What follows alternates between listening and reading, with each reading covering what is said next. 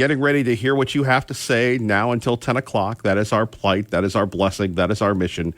Our phone numbers are 580-5436, 580-KIDO. Thank you all for joining us. Here we are. We've got Bo. We've got Sweet William. The gang is here. The table is set, and we can't wait to hear what you have to say. You can Google us. You can schmoogle us. You can email me. You can do the app yappers. My email, Kevin at KIDO Talk Radio. All social media channels at Kevin Miller's Show. And I thought I would start with just an amazing buildup that we're going to have to this great debate. You have Harris, you have Trump, and Harris trying to change the rules and all sorts of things. And, you know, you think to yourself, you know, what is she going to do? Trump has to stand on one leg. We have to do the hokey pokey. We have to jump up and down. That's crazy, isn't it? It's just simply, if you haven't heard, Harris wants to sit down. She wants to have notes. And isn't she the one that says that, you know, she's young and she's vital and everything else? It's very, very crazy. One thing I would like to say is, and you have to be an insider to really get this one, but it has gone viral thanks to some liberal publications and thanks to a conservative being stupid. There's a guy in Atlanta who, not Eric Erickson, I think he's on before or after Eric, who at one time was one of the great FM morning show personalities. I think they called it the Morning Guys in Atlanta, very original name. And the Morning Guys were a rock show, probably like John Boy and Billy or Bob and Tom or what have you. And they were very successful. And really what happens with a lot of these people, mainly men, some women, but they get tired of talking in between the Backstreet Boys and Leonard Skinner.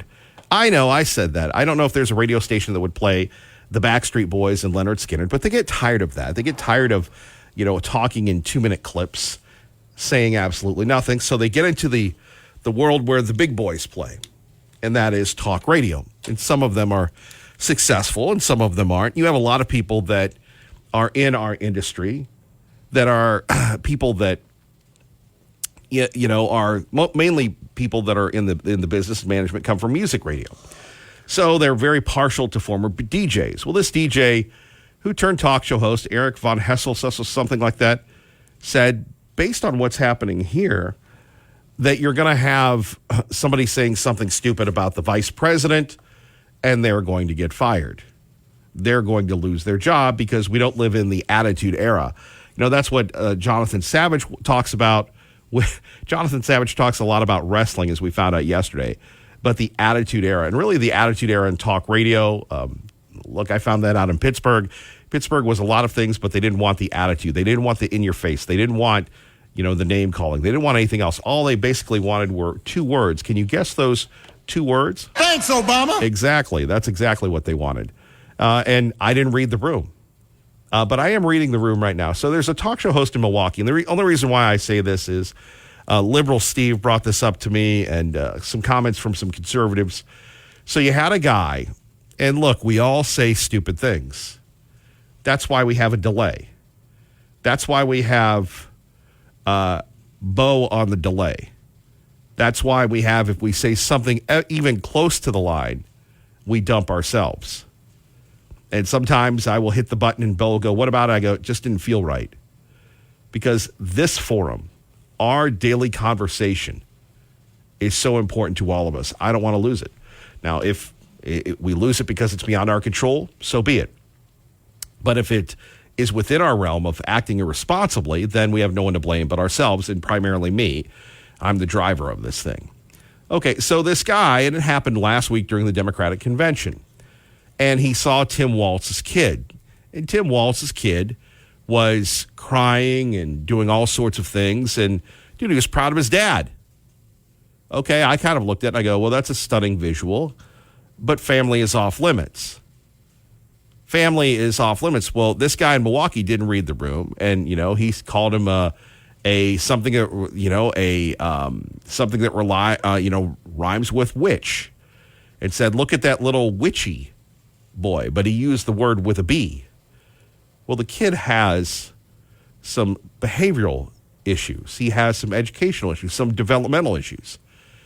And first of all, and so the guy, said, oh, I didn't know he had the learning, and took it down. Well, dude, it's just like people with the race thing. And yeah, I know racism exists, but America is more diverse, more multicultural today than it's ever been. So playing that card, is the juice worth the squeeze, as my friend Kevin Godwin reminds me about all the time. Not really. And once again, it makes all of us look bad in the conservative realm, because then you can have people going to business owners or everyone else and say, look at those mean conservatives. They made fun of Minnesota Waltz's kid. Waltz, meanwhile, had the DUI. Waltz, meanwhile, lied about going to the war. Waltz, meanwhile, lied about his rank in the Army, and he gets a pass on everything. Years ago, Bo, are you with me on this one? Are you winning on Tetris? Yeah, I get it. I'm down with Tetris. Years ago, it is something that I said in a momentary blurb on CNN. That's right. I was on CNN, their old headquarters in New York City. I'm at it wasn't the Time Warner building, it was the CNN Center. They've moved 3 or 4 times in New York. I'm there with Greta Van Susteren. That's right. Greta Van Susteren, that has been on every cable network. Got her start with the O.J. Simpson trial, went to CNN, went to MSNBC, went to Fox, and now on Newsmax. And I'm going toe-to-toe with 2 people that are like 20 or 30 years older than me, and they're women. And we talked about Rudy Giuliani getting kicked out of his apartment by his wife because he was cheating on her, allegedly, with somebody. Anyway, Rudy, and I said to him, I go, dude, he needs to step down. Now, remember, Kevin Miller's a dummy. This is a month before September 11th. But I said this, and I mean it. Republicans have to be better. Conservatives have to be better. There is a double standard. It's not 60-40. It's 90-10. 95-10, the media hates us. So they will seize this. Never mind that they talk about Donald Trump. They lie. They threaten him. They've tried to kill him. All sorts of things. You can't go after a kid. You couldn't go after the Obama kids, although people went after the Bush kids. You just can't do it. And now, I don't know if this guy's going to keep his job or what. He's like, you talk to him, he's a typical ego guy in media. He's the best ever. And apparently he is. But why would you do that? You discredit the forum that you work so hard to build. Phone number's here, 580-5436, 580-KIDO. But I can remember wearing my camel-colored jacket with my black, and I called that LA Confidential, like I was going to be some great big media star. And as I'm changing in the cab ride from LaGuardia to New York, because we were literally moments away, and then there were people, and you never know who you're going to run into. So I'm sitting there in the green room, and I'm looking at these guys. It was a show, and the show was doing fairly well. It was called The Sopranos. And I'm going, and I hadn't seen The Sopranos, so I'm looking at that and going, what are you looking at? And they're looking at me and going, what are you looking at? And you just never know what's going to happen, but you have to be better. We all have to be better in these days, do we not? We have to be. And you just can't go there because you get canceled. You can be the greatest ever, and you still get canceled. We go to Patriot Ray, who joins us now with Kevin Miller on KIDO Talk Radio. Good morning, Patriot Ray. Good morning, Brother Kevin. I hope you are doing well. We are doing fantastic ourselves. Heading Well, off to work. It's always great to hear from you. You know, I appreciate that. I do so appreciate that. We love the Kevin Miller Show, KIDO Radio, because we're allowed to speak what's on our mind. Kevin, you know my name, my full name. A lot of people do. So I've experienced racism because of my name. So firsthand, I understand some of the things when name calling happens, but they're just words. You know, we've made every word a disaster for somebody else. And you can't really speak your mind anymore, because if you say the wrong thing, you're going to get lambasted by people who just have their feelings hurt over every little thing. I just wonder, what are they going to do when some of these people are coming up today, young people are coming up, what are they going to do when they get to the real world and find out that you don't get a participation trophy in the real world? You produce, you do something, unless you're a DEI hire like Kamala, whatever you figure you're going to get, you have to earn it. That's the way it should be, but it's not the way we're seeing things in the real world today. People are offended by everything. And you know whose responsibility it is to not be offended? It is yours. Individually, it is your responsibility not to be offended by every little thing that happens. We've got so many. We don't have good comedians anymore because you can't say things. Because if you do, you're going to be lambasted and you're going to be taken off the air unless you're a comedian about Trump or somebody like that. Then that's fair game. But not if you just want to experience life. And I'm sorry, the Seinfeld show would not be allowed on the air today. There are so many good shows, All in the Family, the Sanford and Son. I mean, that wouldn't be on the air today. You've got all these things that people used to laugh and enjoy. We've taken Aunt Jemima out of the stores. I never thought because she was black that was offensive. I thought that she was a good cook, and she made great maple syrup. And so we loved it. We never worried about those little things. Uncle Ben's rice, another one. You look at it and you say, oh, that's good rice. We used to buy Uncle Ben's rice all the time. But, you know, you're losing so much in touch with the world. And you're losing so much that can help people and benefit people. Now, as far as it comes to political realm, who is the ones, which group is getting the most multimillionaires, billionaires to give to their campaign? It's the Democrats. And they keep talking that they're going to tax the rich. You really think that's true? You really think they're going after the rich? No, I don't think so. I think they're just pandering so people who are sheeple, who don't know how to think for themselves, do some critical thinking in that little pea brain they have, and will not look at truth and say, you know, some of these things aren't right, and we shouldn't be upset about these things. So, Kevin, you got to stay fired up. You need to be on the air. We need you here. You watch what you say. You let us speak the truth. We'll get it out there one way or another. I love it when I am able to call in and spend a couple of minutes with the great Kevin Miller.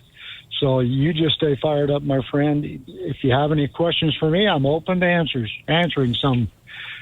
We just love this show. We love you. And how do you see this election playing out?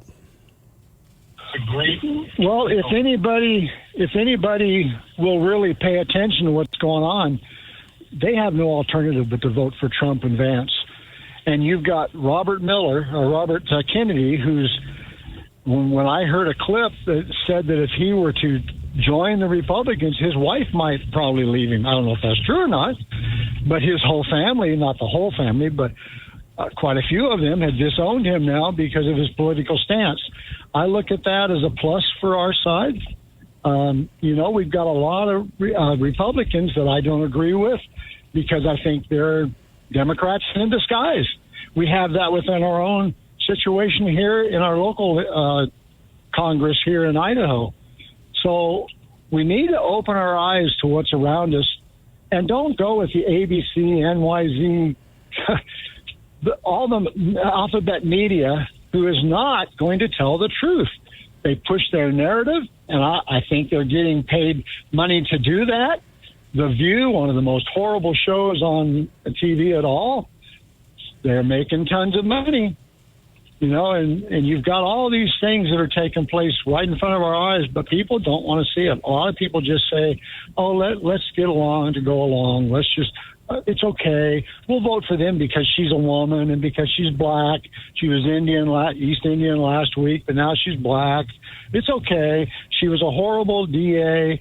That's okay because, look, she supports us. Really? Are you looking at what they've done in the last 3.5 years? She keeps talking about what she's going to do day one when she's president. Well, basically, she has that position now. She should be doing something now. Should have been doing it 3.5 years ago. So, Kevin, we love it when the individuals in Idaho get an opportunity to call in, voice their opinion, and get the truth out. So I'm grateful for these few minutes.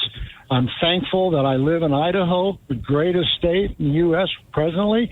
But, boy, you can see some changes taking place here, too, that just don't seem right. But people don't pay attention. They keep voting the same people instead of looking at them and doing something about it. So God bless. I'll let you go. Patriot Ray, God bless. Have a great day. You as well. Bye-bye. Bye-bye. Polly, good morning. You're on with Kevin Miller, KIDO Talk Radio. Hello. Good. Hello. Hello, Polly. Good morning. You're on KIDO Talk Radio with Kevin Miller. How are you, brother? Pretty good.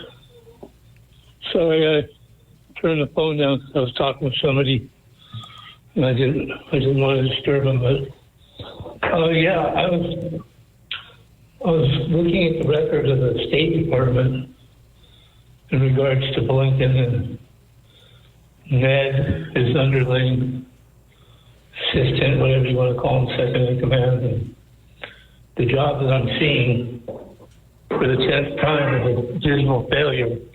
I don't know if it's a failure because Blinken is inept, but they're over 10 since the Israeli war. And I've got a problem with that. You know, not even Neville Chamberlain was worse than that.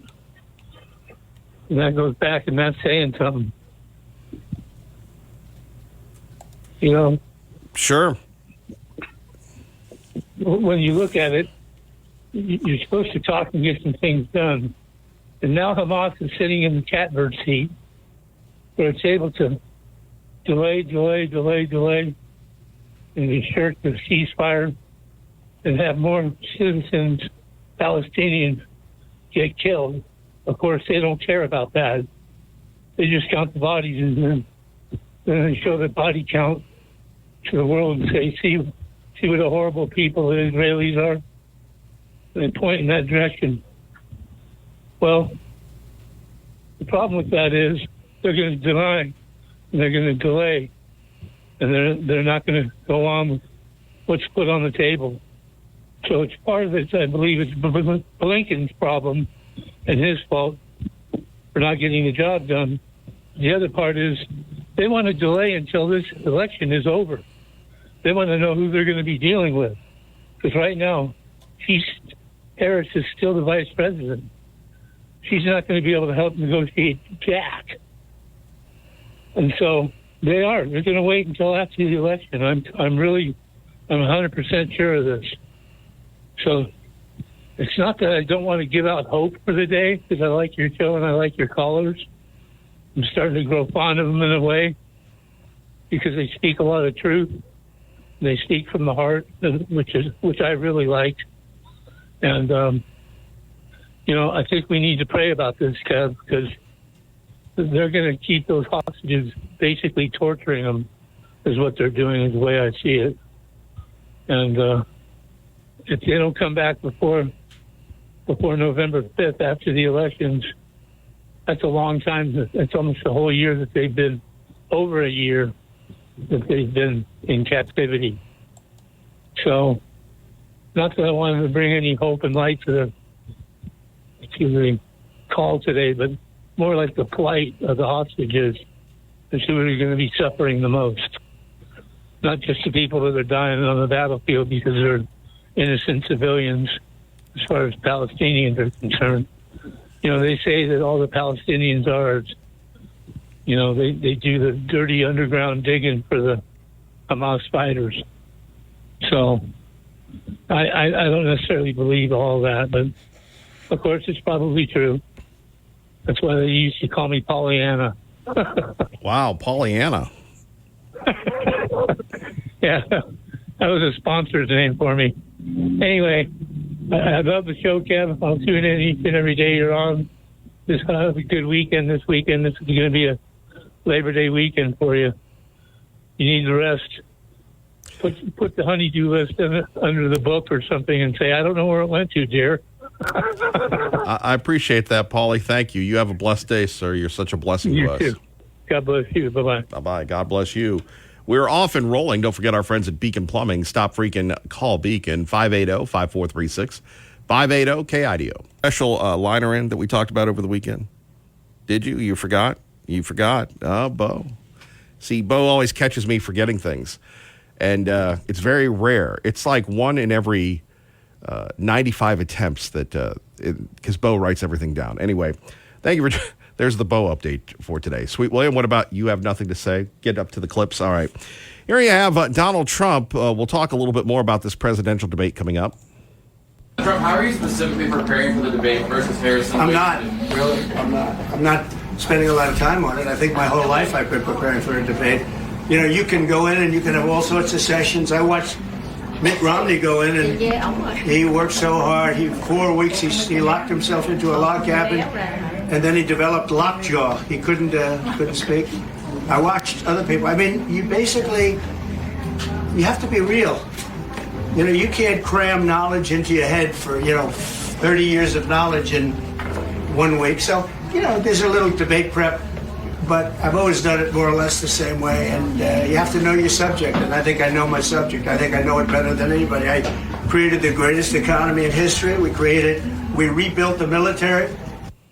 There we have it, Donald Trump saying he's not going to prep. By the way, from the Washington Post, former President Donald Trump reignited doubt Monday about whether he would participate in a debate with Vice President Kamala Harris that he previously committed to attending, as the two campaigns offered conflicting accounts of the negotiation.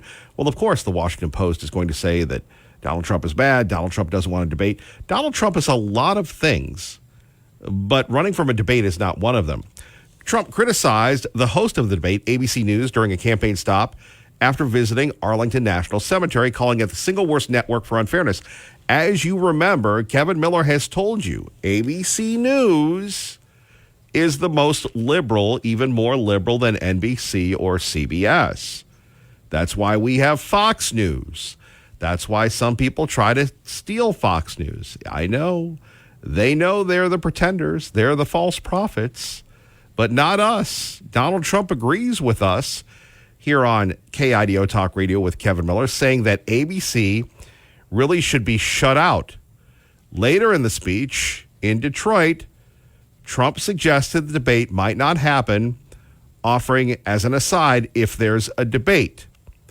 Trump's remarks follow a statement he made on social media Sunday, lambasting ABC News' Jonathan Karl over the interview. Remember, we played this yesterday with Senator Tom Cotton of Arkansas. Why would I do a debate against Kamala Harris on that network? He's right about that. Now, again, Harris continues to want to change the rules. They want to, not have the mics cut off. They want to have everything else. The race is a toss-up right now, despite billions of dollars being spent. Really, what it's going to come down to is the Trump record versus the Harris marketing. We'll explain next. Thank you for joining us. We'd love to hear from your thoughts on the debate, whether or not you agree or not. And, of course, we always want to make sure you get to work safely and on time. KIDO Talk Radio traffic. Dave Burnett is standing by in the traffic center with all his monitors, monitoring away. Good morning, Dave. Good morning, Kevin. From the G&G Insulation Studio, traffic now really in good shape out of Candy County into Ada County, 15 minutes or less from north side as you come down to the connector area, another 5 into downtown Boise. If you have leaks, clogs, or other plumbing issues, Perfect Plumbing, Heating, and Air can handle your plumbing needs. Big or small, serving Treasure Valley since 1984. Call or visit callperfectnow.com. That's your traffic now. I'm Dave Burnett on KIDO Talk. Tomorrow, if you want to see her, we appreciate Riley joining us. And obviously, if you can go to social media, hit Riley Gaines in Idaho, you'll see that as well. Let's go to AJ in Caldwell on KIDO Talk Radio. Hello, AJ. Hey, buddy. How you doing, Kevin? Still employed, AJ. What about you? I'm retired. What's that like being retired? You know what? You feel like you're sitting on your hands a lot. I got up at 5 o'clock almost every morning for, 20, 30 years. So, yeah, it's hard because I'm project oriented. I want to do a bunch of stuff. And so I just find myself tinkering around the house and building greenhouses and doing stuff like that. I just got to stay moving. I help the church a lot, do sprinkler systems and stuff like that. Yeah, whatever I can do.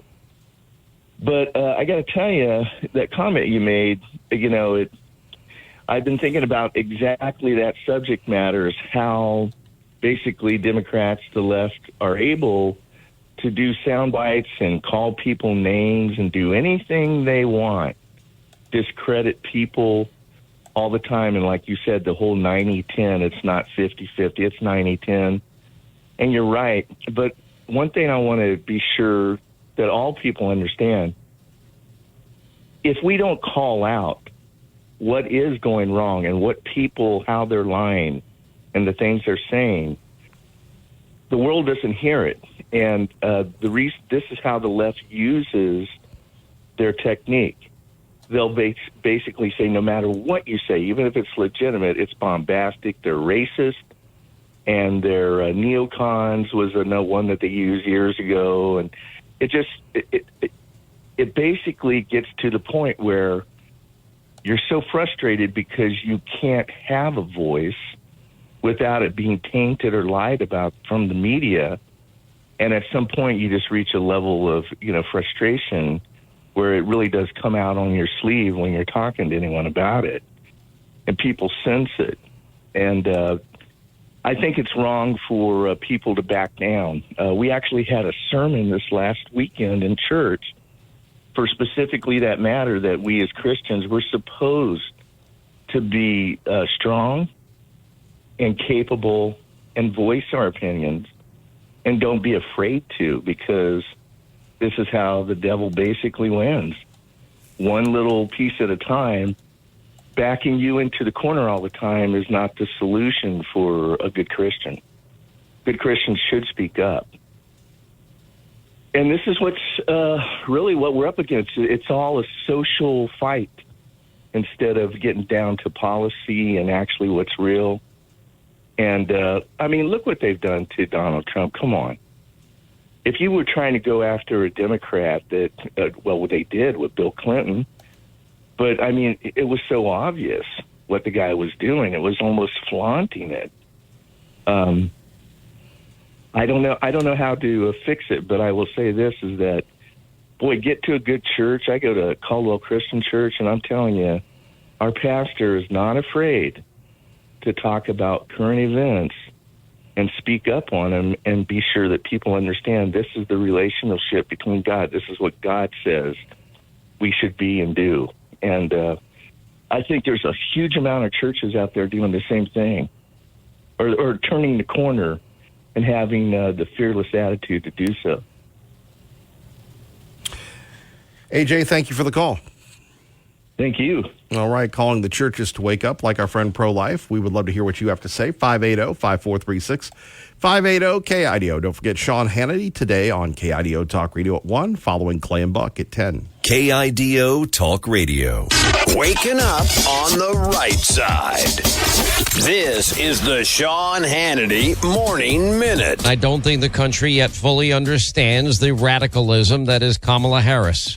It looks like, we're hearing rumors, I don't know for sure, that Kamala is now trying to put more demands on the one debate she's agreed to. It sounds like she's not only dodging, ducking any type of press conference, any type of interview, although they swear they're going to have an interview by the end of the week. They're going to do Rachel Maddow into friendly territory where she's not going to have to answer any questions about her radicalism. You got to be kidding me. That would not be a real interview.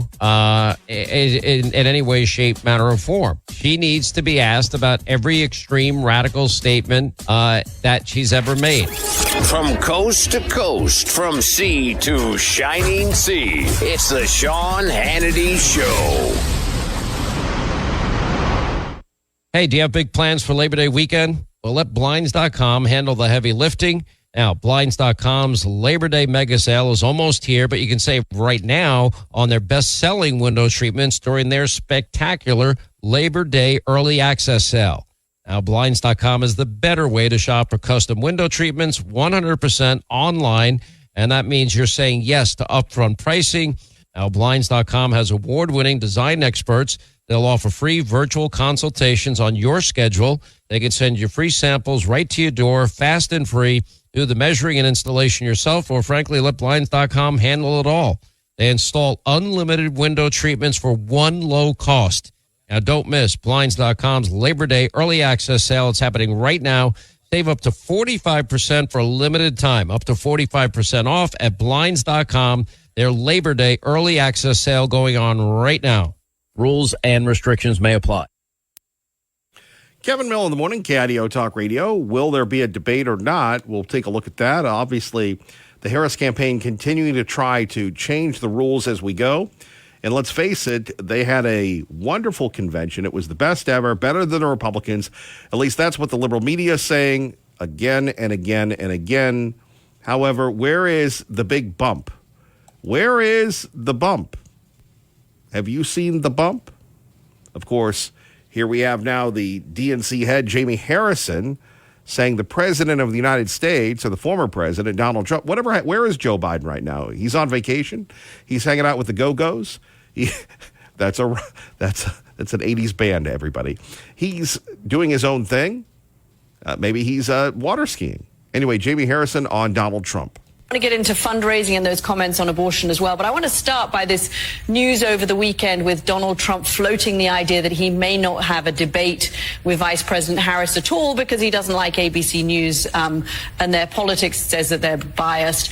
How much of a disappointment would that be to the Harris campaign if the vice president does not get a chance to debate Donald Trump on television before the American people for this election? Well, I think it's a huge disappointment for the American people because they want to see these two folks on the debate stage talking about the issues that are important to the American people. You know, we made clear in our convention that this is about our fundamental freedoms. All of those things are on the ballot. We know what Donald Trump's Project 2025 is all about really going after those freedoms and the rights and the basic level of infrastructure we have to protect the most vulnerable in our society. There's a full frontal attack coming from the other side. And so those things need to be discussed. Those things need to be debated. And Donald Trump needs to talk about his actual agenda. It's scared to see that this former president is so scared to get on the debate stage. But I guess if I had his positions, I'd be. Well, I mean, Mr. Harrison, you have no positions, by the way. And if you notice, all the Democrats are trying to do is they're trying to bait Donald Trump. Donald Trump's a lot of things. Donald Trump took a bullet for this country. Donald Trump should have been killed. And again, I'm not advocating that. Let me clarify that statement because you want to be responsible. If the guy doesn't turn his head, the experts say he would have been killed. But by the grace of God, he wasn't. We still, Congress, they're still upset concerning the lack of transparency within the U.S. Secret Service. This is how the republic dies. There is no accountability. And by the way, I heard Sean reference this yesterday. We have the same sources that he does. Our friends at the Media Research Center, the legacy media's election interference. How much positive coverage do you think that the vice president, Kamala, received? By the way, did you catch our interview with Lars Larson yesterday? If you don't, you can catch the podcast where he called her Kamala. I think Lars and I are the only people that call her Kamala. Anyway, 50% positive, 70% positive. No, according to our friends at the Media Research Center, 84% positive media coverage. Donald Trump, how much negative coverage? Because he doesn't get positive coverage. 70%, 80%, 84% negative. No, it actually exceeds the positive from the Harris campaign. It's 89%, almost 90%. And by the way, this is how elections are won. It is not about the facts and you being able to decide. It is simply about the media giving us the facts, like they withheld the facts concerning Hunter Biden. They withheld the facts concerning Joe Biden. They withheld everything. And we're seeing that now at 580-5436, 580-KIDO. Remember, they've picked a side. And now the only reason why they're mad is because Harris has not picked who she's going to do the interview with. Now they're talking about Gayle King. And, you know, this is what I love about living in the equity inclusion world, the DEI world. We're going to pick an anchor based on gender and race. David Murr, I don't think that you qualify. Trump is going to draw a sharp contrast with Kamala Harris, who has supported things like decriminalizing illegal immigration or giving taxpayer-funded health insurance to illegal aliens or taking away health insurance on the job for 170 million Americans, banning gas cars, confiscating firearms. These are all what do you positions mean that- taking away health insurance? What are you talking about? She said when she ran for president that she wants to eliminate private health insurance on the job for 170 million Americans, John. Yeah, I mean that is not her position now. She How do you know that's not her position? How do you know that's not her position? I mean, she says she no longer supports she has not said Medicare that. for all. She has not said that. Maybe anonymous aides on a Friday night have said that, but the last thing that she said. But this was not a radical convention. I mean, she as you heard me go through with Bernie Sanders, she is not taking the positions of the far left of her party. She's clearly making an effort to move to the middle. I did hear what you said to Senator Sanders, and I thought it was clear that he's very disappointed that she's taking these efforts not to change her positions, but to hide her positions, John. The American people are totally justified to conclude that Kamala Harris is a dangerous San Francisco liberal based on what she campaigned on the last time she ran for president and what this administration has done for the last 4 years. Again, you would have thought watching the Democratic convention last week that the Democrats are not in office, that they're not in power, that they're campaigning against an incumbent Republican, when in reality, she's been part of the failures of the Biden-Harris administration for 4 years. And when she campaigned for president, in her own right, she did in fact promise things like decriminalizing illegal immigration and taking away health insurance. But that's his position she's clearly changed on, and she has said she has changed. Yes, she has. No, she has not. John, she has not said that. There. Why would you do a debate with those guys, with those jokers? Jonathan Karl is not a reporter. He's an advocate. And Tom Cotton hit him with it smartly. When has she said that she's changed her policies? When has she made it? That's right, she hasn't. She has not come clean on this.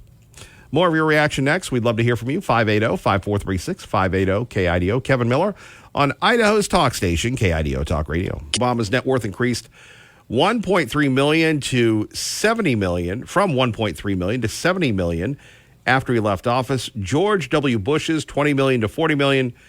Bill Clinton from $1.3 million to $241.5 million. Wow. George H.W. Bush from $4 million to $23 million. Boy, ex-presidents sure do get rich once they leave office. Isn't that correct? It's just amazing.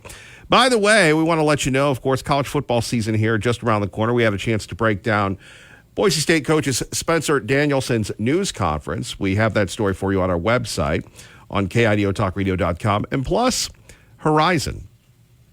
That's right, 4 lessons that Horizon teaches all of us in the West, but particularly in Idaho. And I could see, having finally watched it took me 2 days, but I watched, 2.5 hours. Guys, we just don't have the attention span that we used to. And we sometimes wonder, between you and me, don't tell anybody, the future of long-form information, long-form entertainment. In the old days, you would have people doing 3-hour, 4-hour talk shows. Those have been replaced by our podcast. Now, thankfully, we have a great local engagement. We have wonderful people. We have a lot of interaction, but you just wonder, are you going to see movies now that are 90 minutes? And Mr. Costner's movie, that a lot of people are reacting to the article, Mr. Costner perhaps should have made it 2 hours and kind of put in The Godfather and Game of Thrones, but it turned out like a Western version of House of Dragons.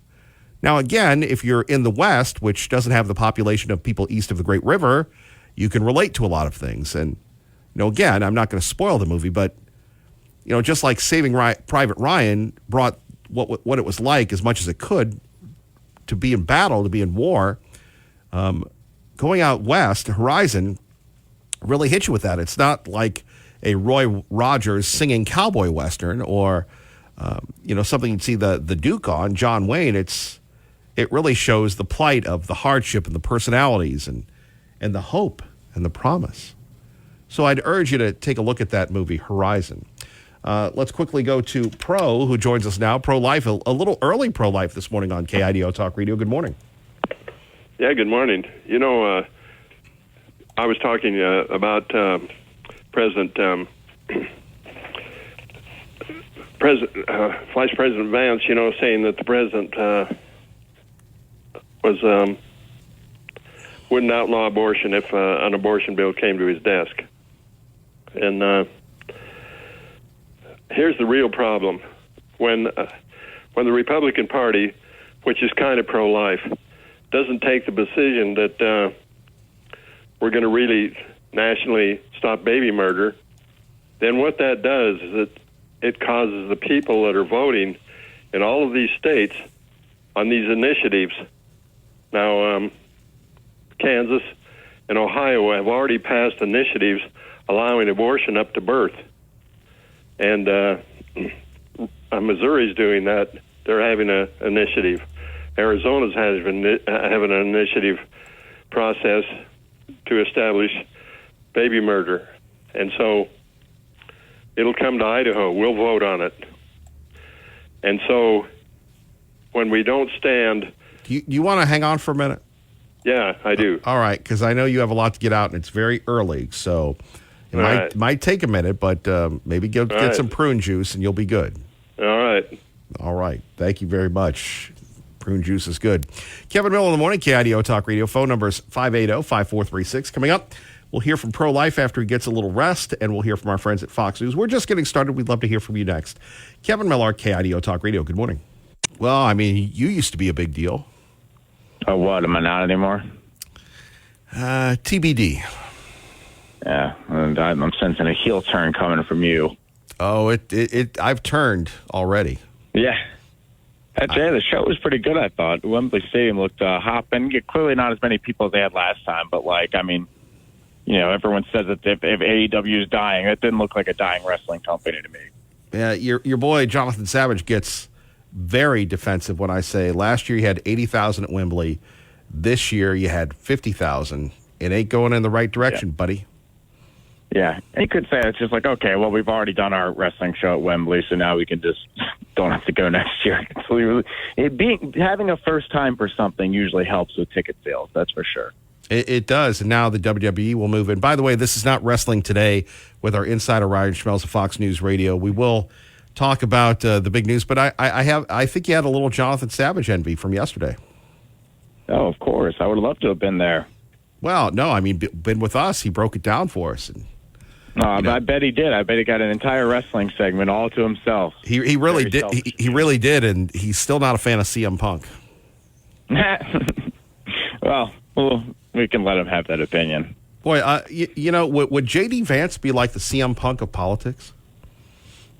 He's got some, I don't know. I feel like I hadn't been around long enough to really make that judgment just yet. Very good point on that, but he is getting a lot of attention. He certainly is. I mean, well, when you're the vice presidential nominee and you're fairly new to the political system, I mean, you're going to get a lot of news-making moments, and he certainly had one recently when he said that former President Trump would veto a national abortion ban if it was brought to him to be signed. Yeah, I did see that interview. It was, and people continue to make light of that. How important is that issue? Well, I mean, it's considered a top 3 issue to us. We've got, according to our latest Fox News poll, economy far and away the top issue by like 30% or so. Then, tracking in the double digits, and I think these are the only 2 other issues in the double digits. You have immigration and abortion just about tied for the second and third most important issues. So it certainly is up there. You think that debate's going to happen? We'll get you out on this one.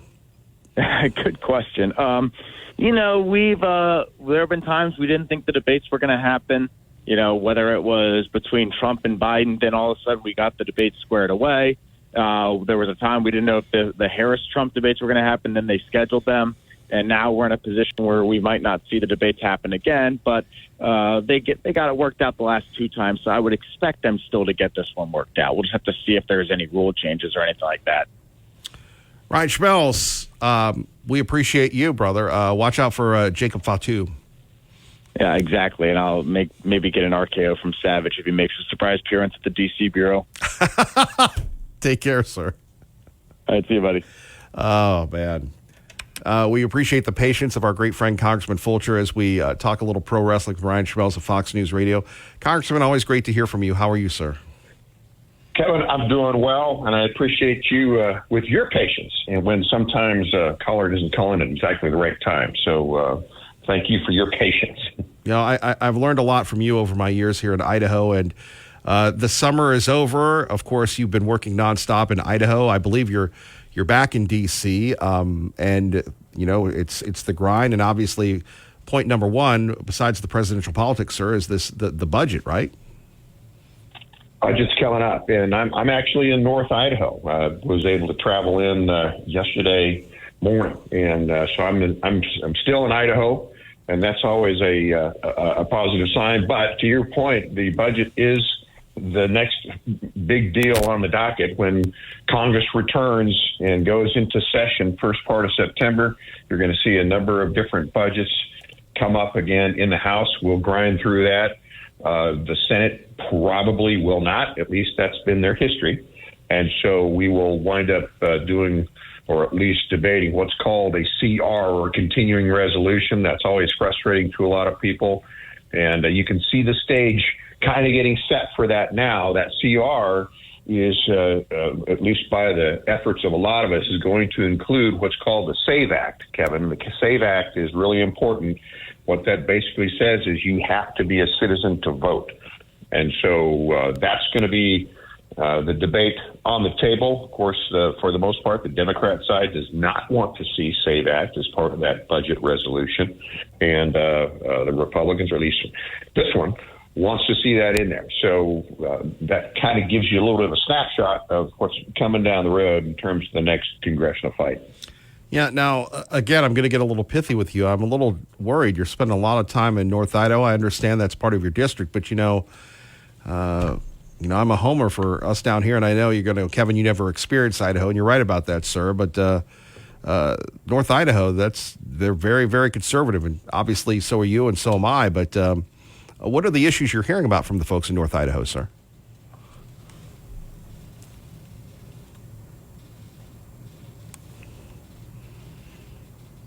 Well, we had a great run up to that question. We're going to. Oh, sorry, Kevin. So the up here in the north right now, it's kind of a mining centric discussion. As you know, I'm on the Natural Resource and Energy and Commerce committees.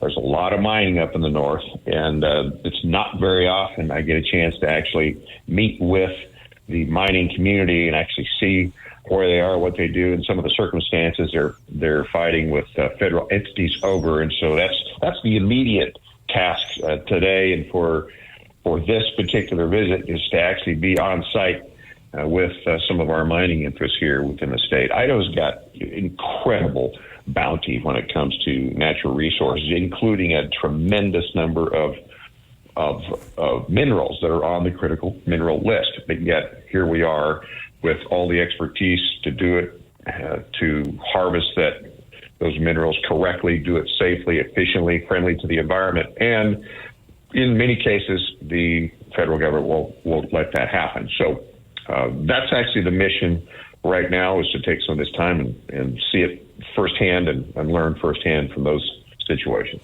Well, you bring up a very good point that a lot of us here in the South don't understand, that Idaho, we do have mines. We have coal mines. We have so many mines. And, Congressman Fulcher, when you look into the eyes of those people, those hard-working people, and not only have to deal with dangerous conditions, but then the federal government encroaching, what is your reaction to their issues and how the feds just want to just regulate us out of existence when it comes to being self-sustaining? Well, it simply makes no sense, because there's certain minerals you absolutely have to have. I mean, we have to have antimony. We have to have molybdenum. We have to have lead. We have to have nickel, silver. These are things that are part and parcel to our everyday life. And so we're going to get those minerals somewhere. Well, if you don't allow yourselves to do it domestically, which is where you can regulate it. You can make sure that the environment is taken care of and there's accountability with the process. Or you can buy it from your enemies, China, Ukraine, India, Russia. And what are we doing? We're buying it from our enemies. And now it's getting even more complicated, because China is starting to restrict what they will allow us to buy. Yeah. And so here is a state like Idaho, And Idaho's not the only one. I mean, there's critical minerals in many states. We've got tremendous resources across the country. Our enemies are starting to restrict what we're allowed to buy, and the federal government, for the most part, is still hindering the harvesting of those minerals within the United States. Now, in fairness, most of these decisions to either regulate or sue if there's a project approved is done from the east. It's done by bureaucrats, or it's done by so-called environmental firms that aren't so environmental that think they know best. They've never been here, probably, but that's where those decisions are made. But it simply makes no sense. We have the minerals under our feet, and we have the technology and the system to harvest it cleaner, more efficiently, more cost-effective than any place on the planet. And so the simple answer is do it efficiently, do it reasonably, do it inexpensively, do it environmentally sound, and provide what you need to the industries that need it. Well, and like I said, I think I read that post on social media that you were talking about that yesterday, on the idea that China now is trying to, cut us off, and we need to be more and more self-sustaining. How do you see the presidential race heating up here?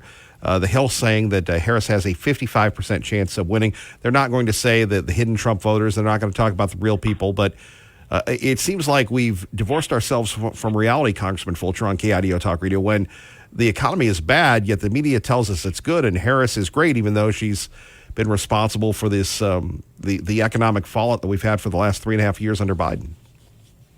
Everything that's filtered to me, and I don't interact heavily with the Harris campaign, as you might imagine, but everything that's filtered to me through that campaign is complaints and charges by Harris, by Walz, that they've got all of these problems that they've got to save us from. The ramifications of the border, inflation, energy, foreign wars, all this kind of stuff.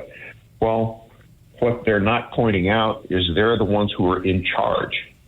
If all this stuff is so bad and they're the ones complaining about it, then wouldn't it make some degree of sense that the American people would say, well, wait a minute, you're the ones in there. I mean, and they are. They've got the White House, they've got the administration, the executive branch, they've got the Senate, and frankly, many of the federal courts.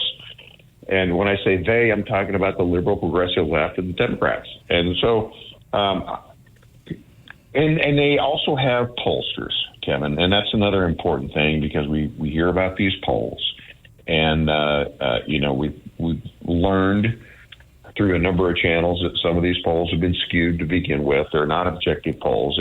You can do anything you want with a poll if you put the parameters in a certain situation. And that's what I believe has happened in a lot of this. I think that the media is trying to build up this campaign into something that's much more grand than it actually is.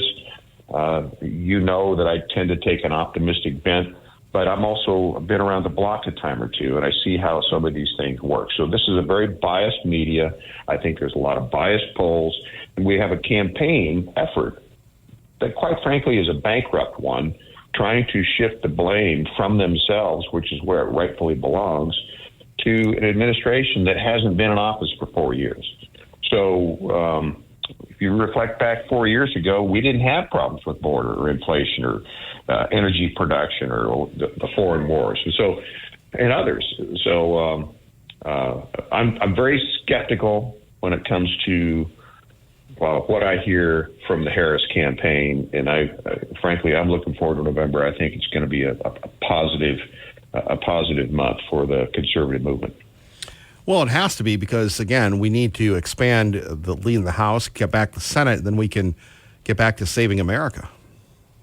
Earlier, just a few minutes ago, you asked me about looking some of these people in the eye, the miners in the eye, and I didn't fully answer your question.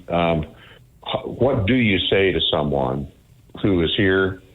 They're doing the work. They're physically operating the equipment and doing the hard work necessary in a very efficient way. And when you can't guarantee they can continue to do that job at any time, because they can lose their permit at any particular time or not get it renewed. The uncertainty that exists in this industry, and it's not just mining, by the way, it's timber and many of the ag and grazing resources and industries that we have. What do you tell people when they just say, look, I just want to know I'm going to have a job within the next month or the next 6 months or the next year? And then you talk to the owners and the investors who say, it costs $100 million plus to get this operation off the ground. How do we go raise the capital necessary when we don't know if we're going to have a permit to operate? You spend the money and then you can't do anything with it. So, business can only thrive and prosper if there's a certain degree of a known commodity, predictability in all this. And what we've done is we've stripped away from many of our industries, in this case, the mining industries, which is where I'm at now, the timber industry. We've stripped that away, and we've forced a lot of these companies either out of business or to do other things. And so that's another factor that, I'm learning and I'm struggling with as we try to navigate on behalf of some of our constituents here. Congressman Russ Fulcher joining us. Kevin Miller, KIDO Talk Radio. Congressman, anything else you'd like to share with us today, sir? Well, Kevin, we're getting closer to November, and the conversations, understandably, are going to focus around what happens on Election Day and on the days leading up to it. The one thing that I think that I'd like to communicate on that front is we, as the conservative side, do need to vote early to take advantage of some of the absentee tools that are legal in Idaho, and just make sure that that Tuesday in November doesn't come up and we don't actually get it done. And that goes for other states as well. The conservatives, the Republicans in general, don't tend to do that, and because they disagree with some of those processes. I do as well. However, those are the rules, and if we don't abide by those, and if we don't take advantage of those circumstances, then we're going to be outshined at the polls. So just a reminder to everybody to make sure and get that done. Early voting is coming up just around the corner, and you're going to see ballots out there, and this is a big one. And I'll spare the commentary on just how important it is, but I'll just close with this. The U.S. House has about a 2 to 3 vote majority right now, and if it weren't for that, there'd be a lot more bad things going on. And if we can't grow that and garner the Senate and the White House, then we've got a whole different dynamic that we're struggling with in this country, and it's not a good one. Congressman Fulcher, always great to have you with us. We appreciate you making time for us. We really mean that. And like I said, your work is so important. We just want to let you know, sir, you're appreciated. Kevin, right back at you. Thank you for your patience and understanding, too, in terms of some of our timing issues. Very thankful for you. Have a great day, sir. Be safe. You too. Bye-bye. Our great friend, Congressman Fulcher. Pro-life returns. Kevin Miller in the morning, KIDO Talk Radio. Liberal Steve wanted me to ask you, how's your uterus? Yeah, right. Well, Liberal Steve, he's just a joke, And well, now, what did you make of that great, compelling content we had? We had Congressman Fulcher, we had Ryan Schmelz, and now we have you. Yeah, where do you think you're going to rank? Well, it doesn't matter where I'm going to rank, but the thing I'm going to talk about ranks up there at the top. Now Ryan Schmelz was saying that abortion, baby murder is up at 2 or 3.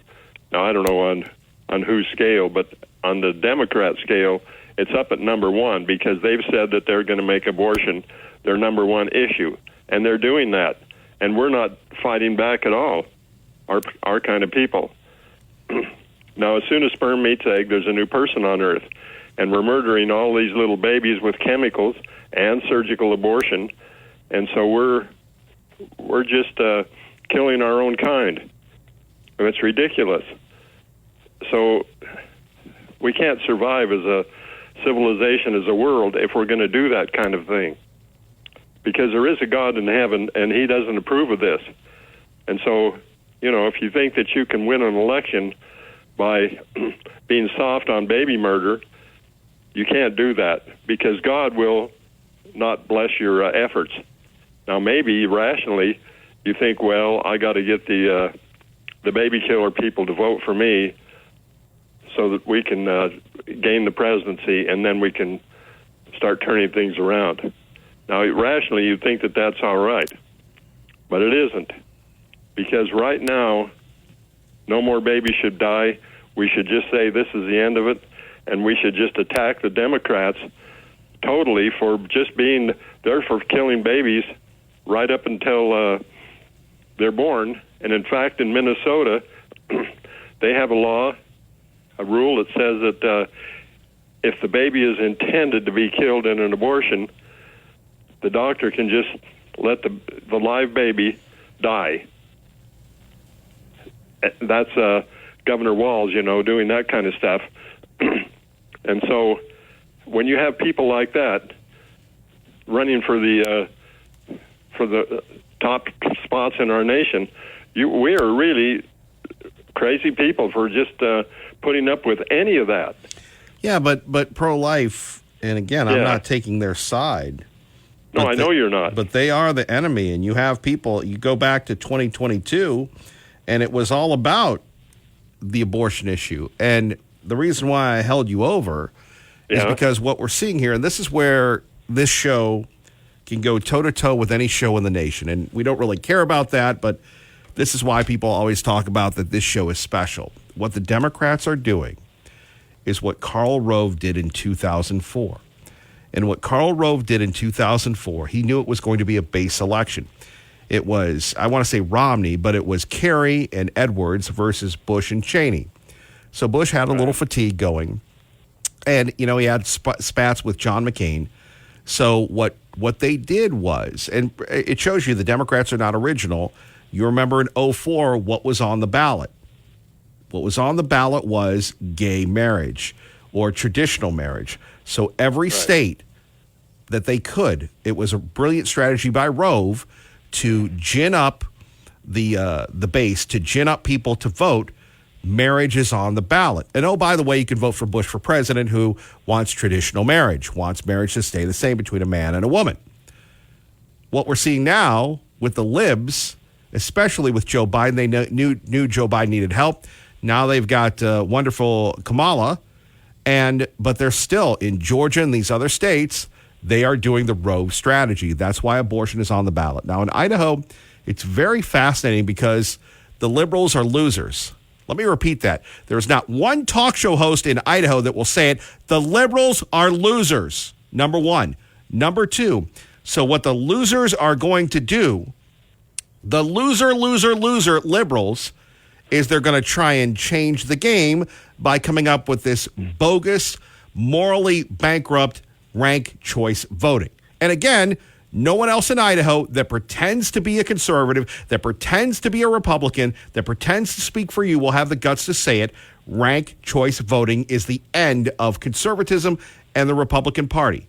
And what they're trying to do is, because they're losers in the legislature, they're losers at the ballot, they're going to go with these referendums. We saw it with education. We're seeing it now with ranked choice voting. And coming up next, abortion.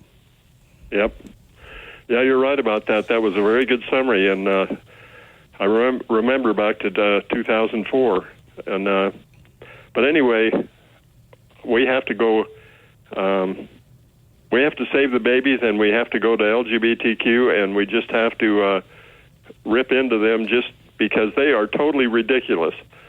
They're supporting the pharmaceutical industry that's tearing us apart through vaccinations, and we're addicted to pharmacy and farm chemicals that are causing us to have all kinds of diseases, and we don't say anything about that. Well, you can say it, but then you get it. Thank you, Pro-Life, for the call. Kevin Miller, KIDO Talk Radio. That's KIDO program. You can always go to our website or wherever you get a podcast and be like the folks in Sandy, Utah, or San Jose, California, or Tucson, Arizona, or somewhere in Texas. We could read all the place where people are going and doing things to get our podcast, but we love you here in Idaho. Phone number's here, 580-5436, 580-KIDO. As we break down other big stories of the day, the big one nationally has to be what the heck is going to happen with this debate? What happens if there isn't a debate? Because quite frankly, you have the national media taking Kamala's side, and when you have real-life issues like the folks in Virginia that are wondering what the heck happened to their America. Now, Virginia, which has been solidly Democratic for a long time, is a swing state when you have people concerned about nonpartisan issues. We found Ricky Gaines waiting for his takeout order. What do you look for when you're looking for a leader or somebody to vote for? Someone that's fair, someone that's consistent. This Army veteran says he's now worried about safety here at home. I think crime, that kind of keeps me up at night. The drugs, the crime, we've got to police that up. Yeah, he's right about that. He is very right about that. We've got to police it up. Well, are you going to go with 3.5 years of Joe and Cammie? Or are you going to go with Donald Trump that's going to bring back law and order? That's really what you have. And Idaho can only hold on so long. By the way, I want to thank Mrs. Miller for this one. We'll talk about it coming up next. Why more people will be moving to Idaho, and it's because California, and we're not making this up, because we have like 27,000 subscriptions. This one from Politico. A first-in-the-nation California proposal could make undocumented immigrants, in other words, illegal immigrants, eligible for $150,000 in state-supported home loans. Just as immigration has become an incendiary topic in the presidential election. That story next, plus more of your calls. Don't forget our friends at Beacon Plumbing. We love Beacon Plumbing. BeaconPlumbing.net. Beacon Plumbing. Stop freaking. Call Beacon. Water heater go out. Call Beacon Plumbing. Toilet stuffed up. Call Beacon Plumbing. Please call our friends at Beacon Plumbing. Let's get you to work safely and on time. What up, Dave Burnett on KIDO Talk Radio. Good morning, Kevin, from the G&G Insulation Studio. Traffic now, we're looking really good. As you're coming out of Candy County into Ada County, it does slow just a bit around the county line then as you approach the Meridian Road area, but nothing out of the ordinary. Eagle Road, very busy as you approach Fairview in that intersection. Nampa Caldwell Boulevard, very busy as well. If you have leaks, clogs, or other plumbing issues, Perfect Plumbing, Heating, and Air can handle your plumbing needs, big or small, serving Treasure Valley since 1984. Call or visit callperfectnow.com. That's your traffic now on KID. Our time 11:30ish. Phone number's here, 580-5436, 580-KIDO. Now, you kind of take a look at the idea of the First Amendment.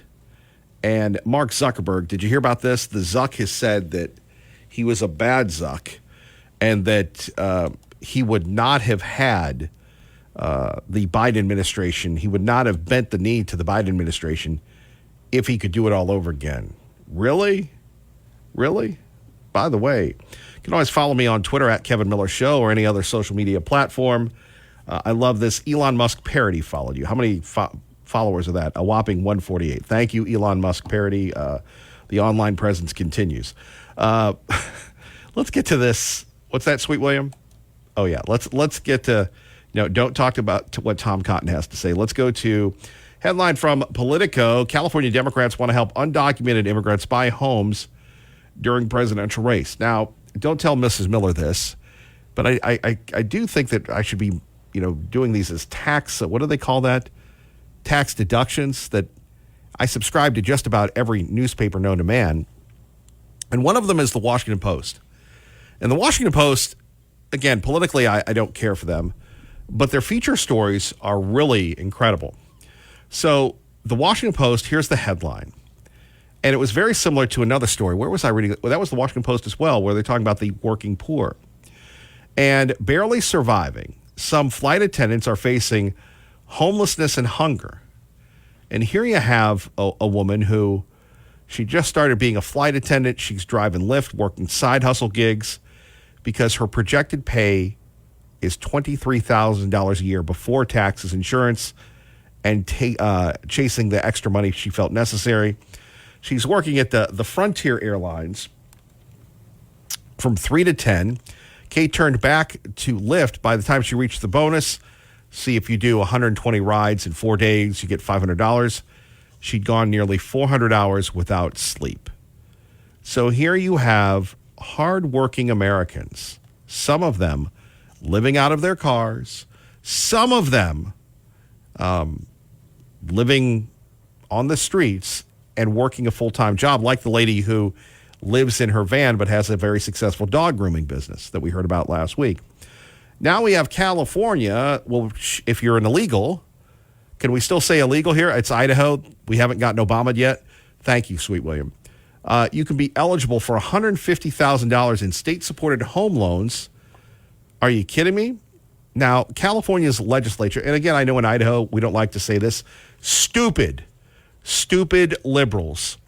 The California legislature this week, where the Democrats, the liberal Democrats, the dumb Democrats, the irresponsible Democrats, enjoy a supermajority, and the state has the largest share of the illegals in the country. Gallivanting Gavin Newsom declined to say whether he'd sign the measure if it clears the state house. He would likely make a decision while Republican nominee Donald Trump criticizes Harris over the influx of the illegals into California. This is just going to send more and more people to Idaho. Think about houses in Idaho. They're too expensive. Everything's too expensive. Everything stinks. And now you're going to give $150,000 to the illegals? 580-5436, 580-KIDO. More on that in a minute. Let's go to Lee in Meridian with Kevin Miller on KIDO Talk Radio. Lee, thank you for the call. Hey, about Zuckerberg. Can you hear me okay? Loud and clearly. Okay, good. I'm on Bluetooth. Just want to make sure.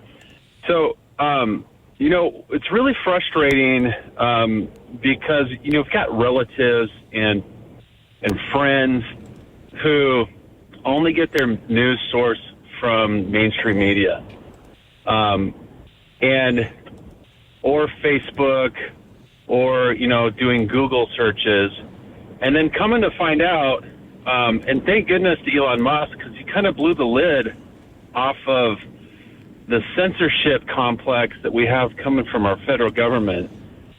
Most people don't know this, but when Elon Musk took over Twitter, he discovered that not only was the federal government paying Twitter to censor content, the lead counsel for Twitter was the ex-lead counsel for the FBI. They had so much control inside Twitter over information that it was practically government run. And we see the tentacles of the federal government in everything now. And you can do certain Google searches, not right now, today, and you won't find any results on a lot of legitimate stories that the media or the government ultimately doesn't want us to know. And, it's great to hear Zuckerberg say that, but we need people of character to hold our government accountable and say no. Over the past multiple years, we've had so many lies told to us by our government and by the media that's why people are waking up and just getting so frustrated. Even right now with Kamala Harris, do you really believe that you've got a presidential candidate? We obviously know she's actually not been elected or won any specific elections to even be in the position she's at. But when she ran for president before, she had 1% of the vote. She went out first round. She had the worst vice presidential rating in history. And everybody in the media was kind of pouncing on her. And then as soon as Biden's out, she's just this wonderful person. And the media's tune has 100% changed. And now they're saying that the polls are neck and neck. And I'm just not buying it at all. It's completely manipulated. And I think that the problem is, and I'm trying to figure out how is it that they've done this. And the only thing that makes sense is that the elites in our country and even in the world, and I think the media elites go into this as well, I think they're all compromised. I think they're being manipulated and controlled because they have no say, and if they don't toe the line, they will be destroyed. You're right. Look, if Zuckerberg had decided to stand up to them, he would have been done. They would have gotten him. Lee, thank you for the call. More of your calls next. Don't forget, Lars Larson today at 4. You're listening to Idaho's talk station, KIDO Talk Radio. Can you say it with me? KIDO. Get tomorrow. Boom, boom, boom. It is the beginning of the Spirit of Boise Balloon Classic, brought to you by our friends at Cap Ed Credit Union, CBS 2, Town Square Media, KIDO Talk Radio, and, of course, the other folks in the, what was that in that Tom Hanks movie, the Toontown Records or whatever, the record company from that Tom Hanks movie about the record people. We'll get that after the break.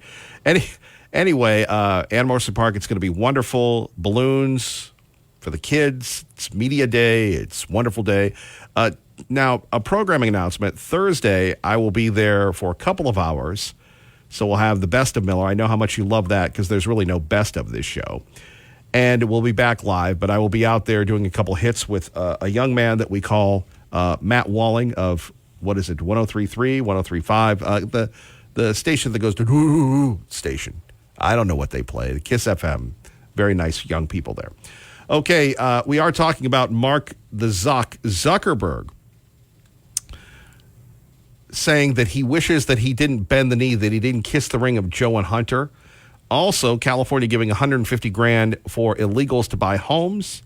We'll talk a little bit about that story coming up next with Dave Petso. But first, here is our man, Josh Hawley. Now, if you had to pick between, that would be the toughest thing to pick between Josh Hawley and Tom Cotton. Who would be the better president of the United States? Now, so here we have Senator Hawley. Man, this computer's running wild. Talking to good old Secretary of Homeland Security, Alexander Mayorkas. I know, I can't even pronounce it correctly. Everybody, they show off their pronunciation. The same people that go, Mayorkas, they can't pronounce Smith. Anyway, let's get to Josh Hawley saying, did you pressure Mayorkas? Now tell me the truth, Marky Mark. Did you pressure social media companies to lie, to censor, to deplatform, to take people down? Earlier this year that you disbanded the Disinformation Governance Board, which I thought was totally unconstitutional, but that turns out to be at best misleading. That's just the tip of the iceberg in terms of what you're doing. Your own quadrennial review, which was just reported in the press, says that disinformation is going to be the new focus at DHS. The Quad Review says that DHS plans to target, I'm quoting now, inaccurate information domestically on a wide array of subjects, including, quoting, the origins of the COVID-19 pandemic, the efficacy of COVID-19 vaccines, racial justice, U.S. withdrawal from Afghanistan, and the nature of U.S. support for Ukraine. A federal judge has just found as a finding of fact, Mr. Secretary, that your office, and I'm going to quote now, is supervising the nerve center of federally directed censorship. Here's another email, August 20th, 2021. Facebook writes again to HHS and highlights that Facebook is increasing the strength of our demotions for COVID and vaccine-related content. April 16th, 2021, Rob Flaherty at the White House circulates a Zoom meeting invitation to Twitter employees stating White House staff will be briefed by Twitter on vaccine misinformation. We have example after example of this administration coordinated, apparently, according to a federal court, by your agency, pressuring, coercing social media companies to engage in censorship. Is that constitutional? That is unequivocally false. Is what the emails show. It is unequivocally false, Senator. You are not pressuring the big tech companies to... Now remember, Elon Musk, when he bought Twitter, and they didn't want him to buy Twitter, uncovered it. Zuckerberg. And really, what does Mark Zuckerberg stand for these days? I don't know. But he admitted he was pressured. take down accounts, you are not meeting with them to ask them to censor on your behalf. That is correct. We are not. Mr. Secretary, it has been established for years in this country, as you very well know because you're a lawyer, that the federal government may not use private third parties to engage in activities that are unconstitutional. That's exactly what you and this administration are doing. You are leveraging private companies to carry out censorship on your behalf. It's dystopian, but worse than that, it's unconstitutional. And it's dystopian. Now, again, here is Lying Mayorkas on KIDO Talk Radio. So false. We know it's true. If this guy were a Republican, he would have been fired already because the media would be outraged. Because he's in their camp, they let it roll. We're not going to let it roll. We'll continue to hold them accountable. KIDO Talk Radio, thank you for joining us on the side that loves America. That's right. We love America. And we don't like traffic. KIDO Talk Radio, traffic. Good morning, Dave. The G&G Insulation Studio. Bright sunshine on the windshield as you travel eastbound, really slowing down right around Black Cat. In fact, coming almost to a standstill. So just be prepared for delays on the freeway. Downtown Boise, State Street right there at 16th. Construction continues. If you have leaks, clogs, or other plumbing issues, Perfect Plumbing, Heating, and Air can handle your plumbing needs. Big or small, serving Treasure Valley since 1984. Call or visit callperfectnow.com. That's your traffic now on KIDO. All right, coming up next, he's back. Dave Petso will tell us all about his beloved markets, another record high. But are we on the verge of something nefarious, something sinister? Or do we just let the good times roll and worry about paying down our debt some other time? Dave Petso will answer those questions and more, and we'll get his reaction to California giving $150,000 to illegals so they can buy homes. Those stories and more next. Kevin Miller. 5436-580 KIDO. Our great friend Dave Petso joining us from Money Matters. Catch him every Saturday, 8 to 10 on KIDO Talk Radio. How are you, Dave? I'm doing well. What a gorgeous morning we've got. Love this time of year. Just beautiful. Well, and your beloved markets doing great, an all-time high yesterday, and can always tell when the market's doing well because you have a little bit more pep in your voice, if you will. Do I now? Well, the good news is then that's most days, right? Because the market is usually up. So that's good. It's good. But because the world is growing, the economy is growing. On the other hand, Dave, you know what goes up has to come down. Or does it? No, yes and no. Okay, so you're right. So it goes up. We hit all-time highs. It pulls back a little bit. Then we go up to all-time highs. We always surpass the old all-time highs. So do we come down? Sure. Do we have corrections? Absolutely. Certain to occur over and over again. That's going to keep happening. But what also has happened for all of history is that we go to all-time highs. And it makes sense, Kevin, that people talk about inflation and, but our dollar's this or that. And I get it. That's how you sell gold, and you sell things like we're going to run to Albertsons and flake off pieces of gold in the coming Armageddon. By the way, I've been doing that. I've got a lot of fake gold pieces. I'm ready to see if that'll buy me some potatoes. But yes, please go ahead. Exactly.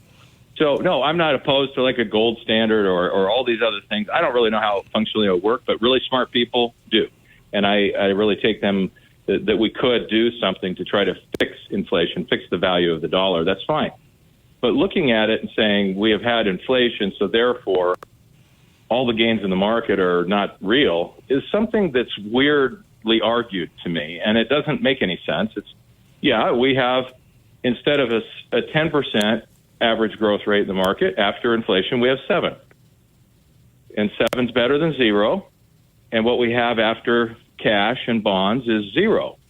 So I'm not sure I understand the argument at all that it's not real or anything like it. It's very real. And bank accounts of people who have been longtime investors and own the great corporations are real. And inflation adjusted is still a big, big gain. So again, we blame the other party for always making misarguments, but there's people that do that all the time and basically make stuff up to make whatever case they want. And I've heard that often. I've heard it for 40 years when it comes to inflation. Our great friend Dave Petso joining us here, the Petso Center, Petso Financial. What do you know about private equity? Well, I know quite a bit about private equity. Go ahead. Well, what do you make of college football teams like the University of Colorado football team or the NFL wanting to have private equity partners? But before we get to that, what do you make of the Big 12 conference, the football conference, or football teams actually wanting private equity investors? The Atlantic Coast Conference, I believe, is looking into that as well. To me, that really doesn't jive. Is that something that you would feel comfortable with, private equity being involved with college athletics, although college athletics is very different from what it was even 4 years ago? It most certainly is.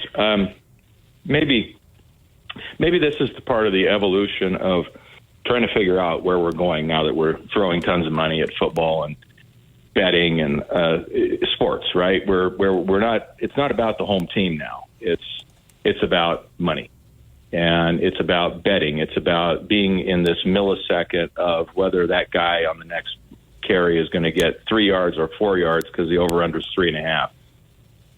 That is, I think, is a problem to all sport, whether it's professional or high school, for crying out loud. It just makes us all in this instantaneous know more about the home team. And so I think that's a problem. I think we're trying to sort through this.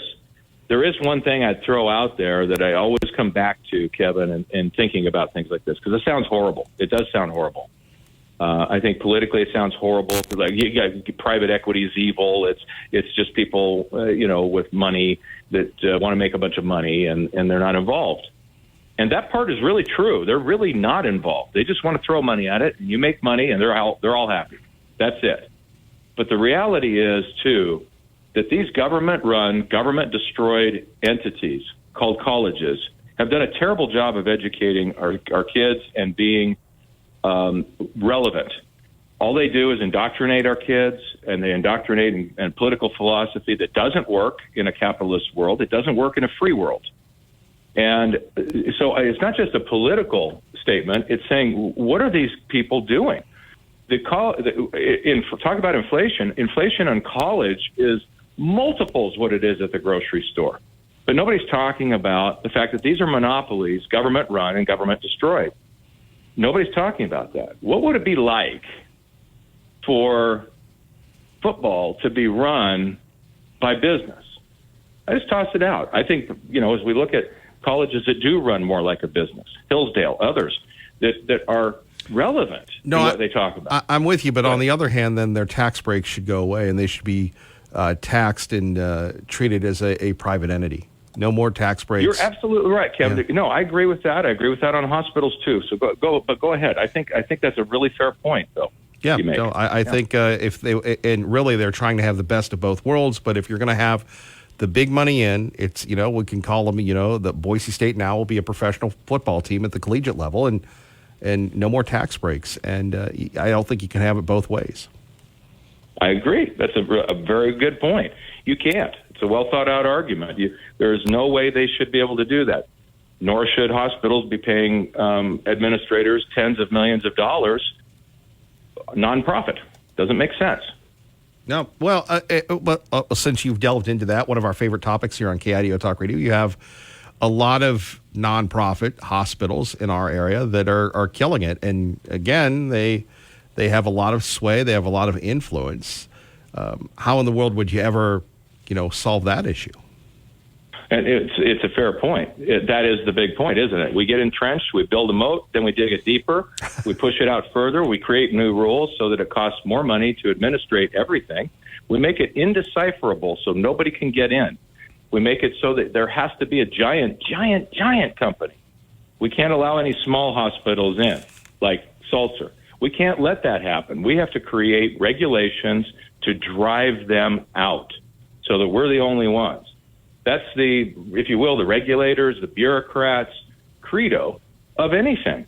It just gets bigger and bigger. Let's make some more rules. And I'm not sure all of them sit down and go, let's make so many rules nobody can get in this. But I'm 100% sure that that's exactly what happens. They can't get in. We can't get in. Can private industry build a hospital like St. Luke's and have no taxes, no property taxes, no nothing, and create an enormous thing like that? And the answer, obviously, around the country has been no, it can't. So we're moving more and more and more to government-mandated, government-controlled health care. Oh, it's a private enterprise. No, it's not. The government pays all the bills and all the profits for all the hospitals. Yeah. Our great friend Dave Petso, you're on fire today. You've really steered this not where I wanted it to go, but which brings us to... Bring me back, buddy. Bring me back. No. Look, you've got a great vibe here today, as you do all the time. So when we're on a hot hand, we're just going to keep going here. So what do you make of the FTC hearing going on in Portland now involving Albertsons and Kroger? We had the Kroger/Albertsons attorney talking about that, they can't compete and doom and gloom if this doesn't happen. They can't afford to put Kraft macaroni and cheese on with what they do with Walmart. And we all know, look, it's all in what you pay for. You pay extra at Albertsons than you do in other places. And you do that, as Dave Petso would talk about, the convenience and this, that, and the other. But what do you make of this major case involving the FTC? Now, the other lawsuits against this merger are on hold until this case is decided. Right, and then out they come. They'll sue them if Albertsons and Kroger win. So it's this is step number one. What I think of this whole thing is that it's much ado about nothing. I really do. I think you can buy groceries all over the place. I think that the Albertsons convenience stores, the ones like the one near me, you never see people take out more than a few items. It is a convenience store, and you can't operate that way. I don't know what they do with all the spoilage in a place like that, but it's too much square footage for a convenience store. It's too many employees. I don't know how you do it, and there's always this in business. If you're not growing, you're shrinking. There's no way you can stay the same. So the Albertsons store that you and I grew up with, it's gone. It's changed. Albertsons company itself has been bought and sold, still carries the name. But the reality is that groceries now are bought by the pounds of food at Costco, delivered to your doorstep if you want it to be. It's not going to be these 30,000 square foot giant places that are so super expensive to maintain unless there's shoppers there. And when you go to Fred Meyer, you go to the place near mine, it's totally different vibe, as you say, and it is because it's a different store. They can also go get a chair in Fred Meyer. So it is different, Kevin. I don't know how Albertsons survives.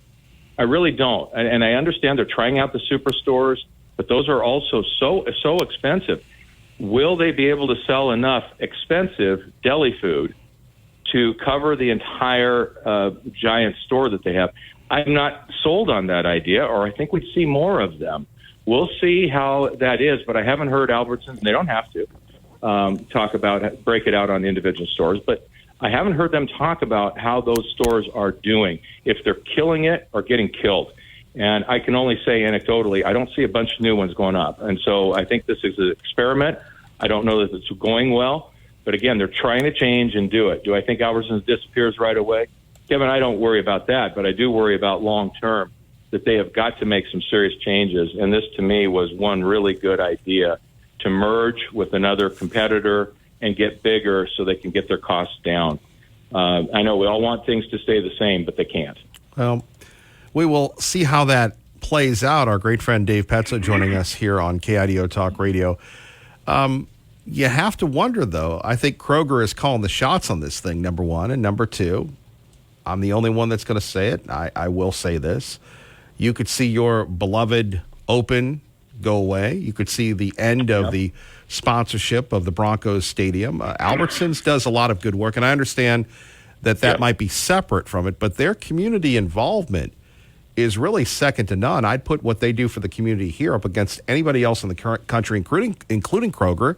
And Dave, when the folks in Ohio or Kentuckiana or whatever they call that place, they're going to call it Boise, and the little people in Boise. So what about that impact? It's huge. There's no question. I mean, you think about what the Albertsons Foundation does here. I mean, I don't. And what Simplot does here, and fortunately for all of us, Simplot is a private company, and it's not been bantered around. It's doing incredibly well. I mean, it's an absolute juggernaut in agriculture. And so they will continue to make a major impact here as long as we can see. However, when we look at somebody like Albertsons, of course, it is a big impact. And so was MK. So was Boise Cascade at one time. It is, the world changes. And I again, we all, as we get older, we wish it was more like the old days, but it's not. And we are going to have a diminished presence of Albertsons regardless, but I think it's a very big deal, and it does make me worry about that, because you're quite right. Kroger is not going to care about Boise. They're not. Very limited if it is. You know, it's like, okay, we'll do one contract with the Boise Open. We'll take it, but do I see this continuing for 35 more years? I don't. Not with Albertsons not being the lead sponsor. So I think you're quite right. And they're going to lose whenever the contract is up for the for Boise Stadium, the Bronco Stadium. However, I'm not sure they would keep it anyway. You know, it's a financial deal, and somebody else comes along and says, hey, we want it to be called Petso Financial Bowl or whatever. There it is. And I'll write a bigger check, and there it goes. Oh, we have breaking news here. More coming up. More coming up with Dave. Breaking fake news, buddy. My man. More coming up with our friend Dave Petso next. Stay tuned. Kevin Miller, KIDO Talk Radio. Apparently, an illegal immigrant in California, I don't know if you've heard this one, but the California legislature, Dave, is looking at giving $150,000 to people that are in this country illegally to buy a house. Yeah, I don't know what these people think. I know they think they're being nice. I know they think they're kinder than anybody else, and I know that they're the best lords we could ever have. They make endless rules and then tax people really that are productive as much as possible so they can hand out money. And I'm sure that makes the world a better place. And I just look at it and I go, you've got to be kidding me. Economically, this is not a beacon to have more and more illegal immigration, people that don't pay taxes, have never paid taxes, have no right to come to your state and vote. Well, let's make them vote, because how does this end well? I just don't understand how it possibly ends well. It has every economic reason to fail, and a child knows that. Oh, if you're going to give away free candy, I'm not going to go eat at this store. I'm going to go to the free candy store. Of course. You give me a free house, I'm there. And what do you think is going to happen to immigration? It's going to explode again. Because if I get there, I get a house. I get food. I get an education. I get free health care. It's amazing. And I don't even have to do a thing. It's stunning. And so as we look at this, I just can't believe that this is going through. It has gone through. Now it's up to, Governor Leftwing to sign it, which I'm sure he will. So, Kevin, I just don't understand how this is going to work. It's just amazing to me, and it doesn't make any sense. Well, and then you look at the deficit California is running up and the people and everything else, and let's bring it home where you have, a lot of, massive housing crises everywhere. You do. And, Kevin, on top of that, you think about what's happening to California, too. The wealth fleeing California is astounding. And it's not just individuals moving to Idaho. It is also all of these corporations moving to Texas, Nevada, and Idaho. It is lower tax states, and people are moving. Giant corporations that I just don't know where their income is going to come from.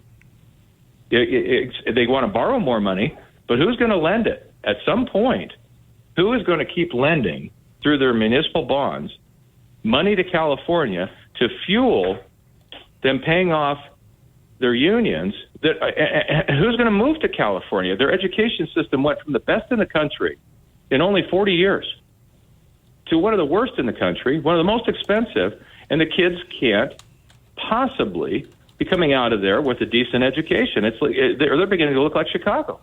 And it's just one of those things where, of course, people are going to move out of the state. They want their kids to get an education. And they want to start a business and not be told they can't, or with regulation as well as excessive taxes. So, again, I just don't know what their end game is. I just think they're really literally in the moment and not thinking about what it means long term to have all these economic plans. Let's get back to the housing issue. Everybody seems to talk about it.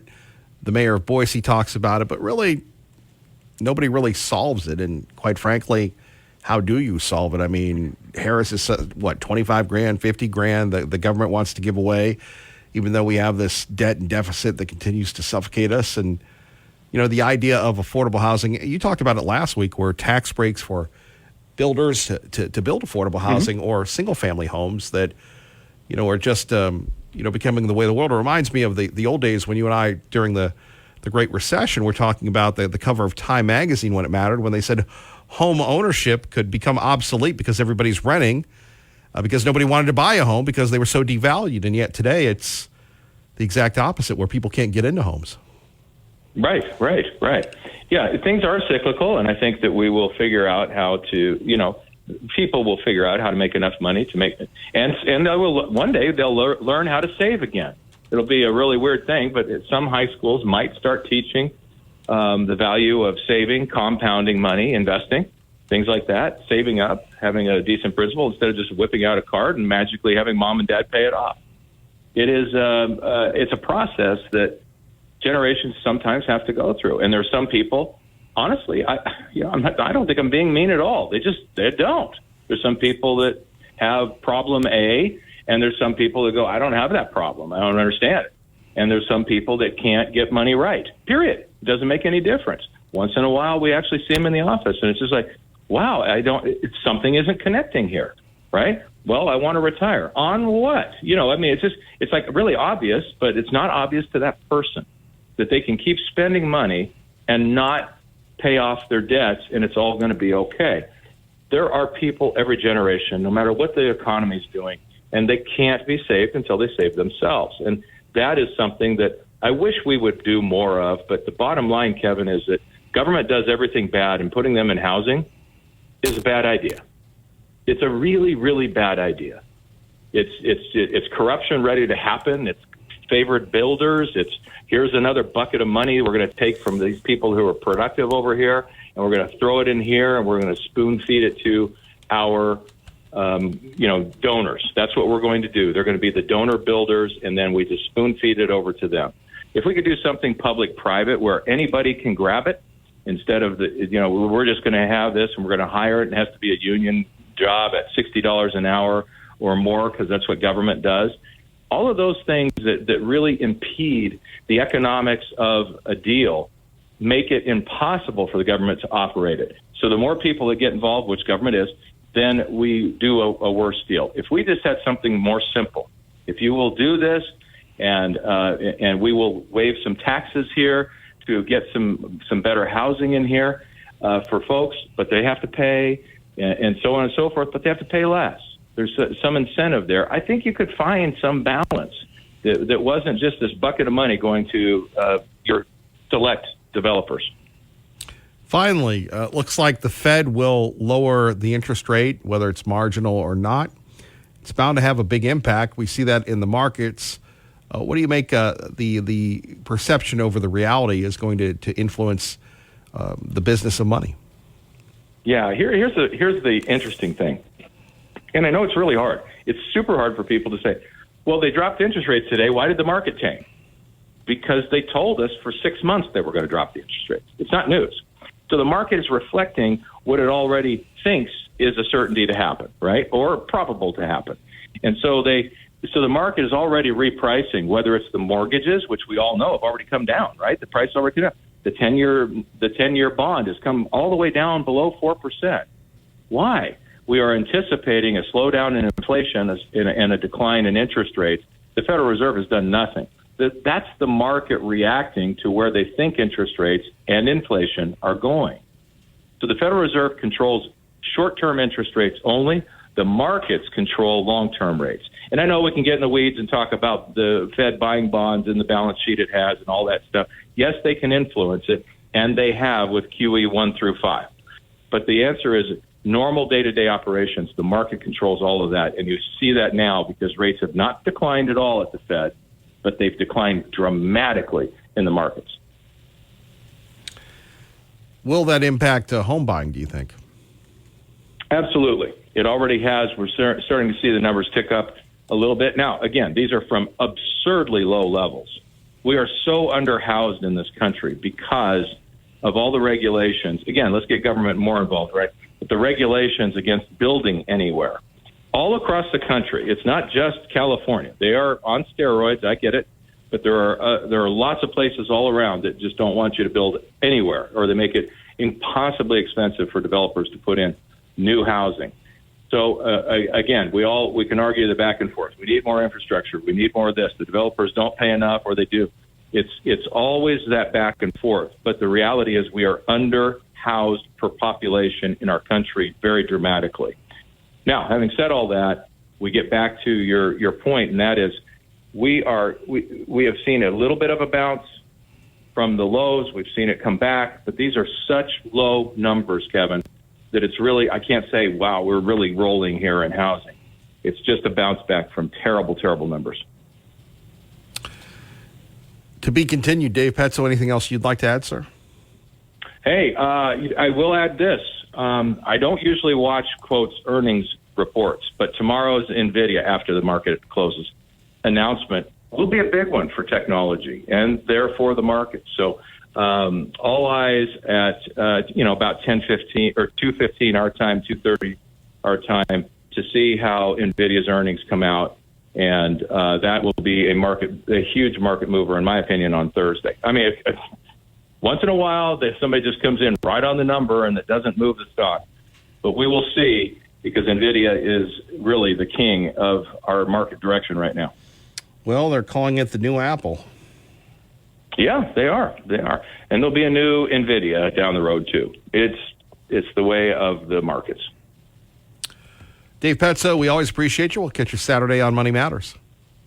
Thanks, Kevin. Appreciate you. Have a great day. You as well. Our great friend Dave Petso joining us from the Petso Center. Catch him every Saturday, 8 to 10 on KIDO Talk Radio. Don't forget our friends at Beacon Plumbing. They say stop freaking, call Beacon today. BeaconPlumbing.net. Good morning, Dave. Good morning, Kevin. From the G&G Insulation Studio. Traffic now as you're coming out of Candy County into Ada County is still really busy as you head into the county line down toward Linder Road and beyond, as it's really heavy on the freeway. Into downtown Boise and the connector looking good right now.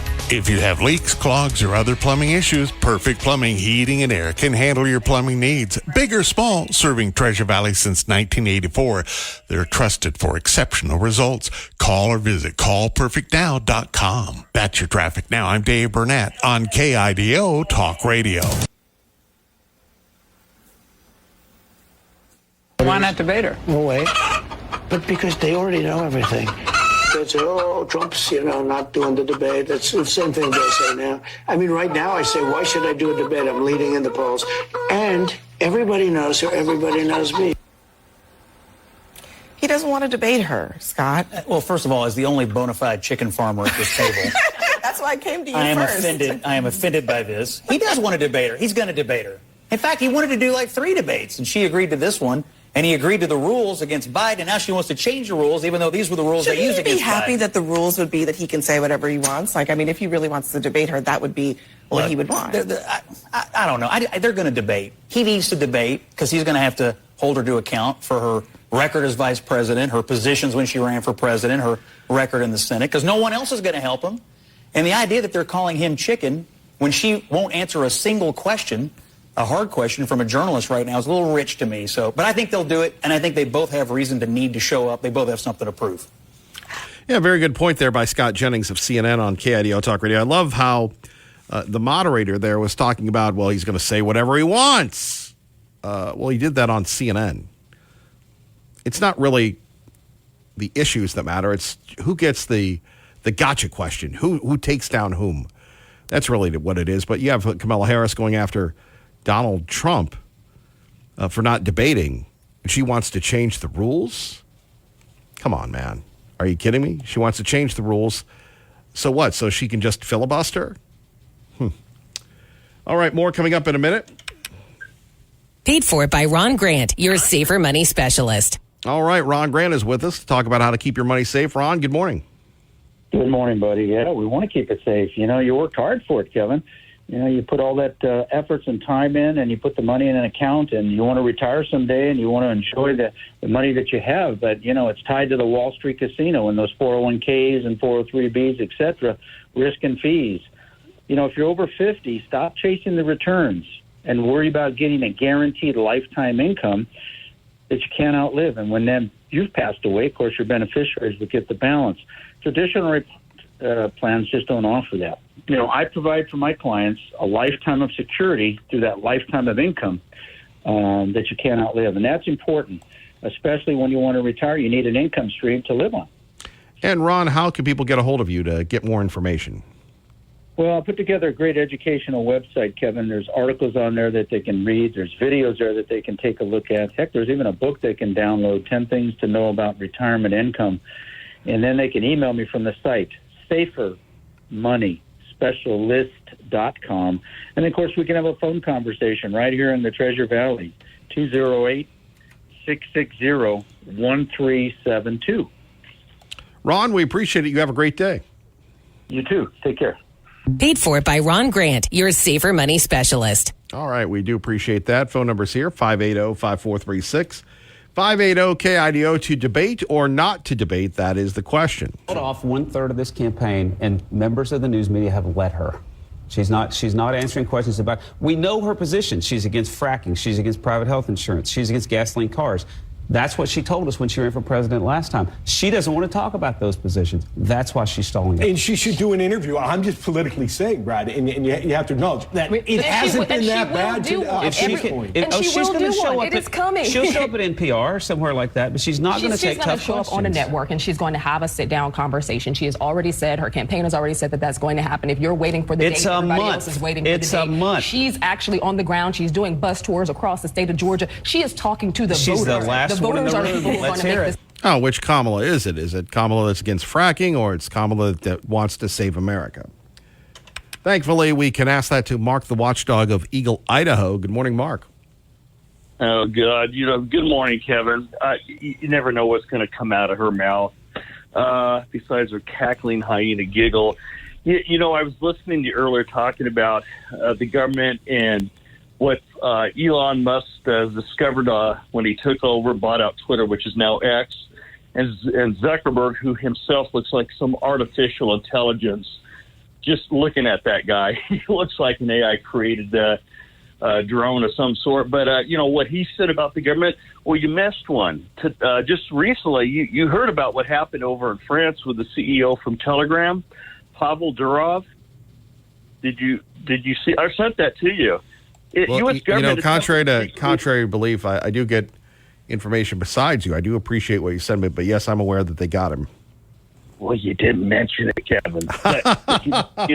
The U.S. government, no, to add to the pile of what you've already talked about here at KIDO, the U.S. government attempted to secretly infiltrate Telegram to give themselves backdoor access. And he was just recently arrested in France for refusing to bend the knee and comply with the country's censorship laws.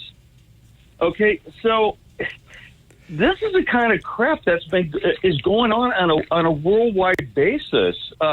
These big information tech companies that people get on and expose all their personal data to everybody else by showing pictures of themselves or families, whatever. I mean, this is, I hate to say, this is what Revelations has talked about happening. You know, what's going on in California, thanks for bringing that up, Kevin, about it's like, okay, well, Oregon just offered for their Hacienda program, the illegals only, a $30,000 loan. Well, not to be amended, California had to go 5 steps further and offer $150,000 to illegal aliens. You know, these globalist socialist policies that we're seeing here are already been going on in Europe. It's in your face.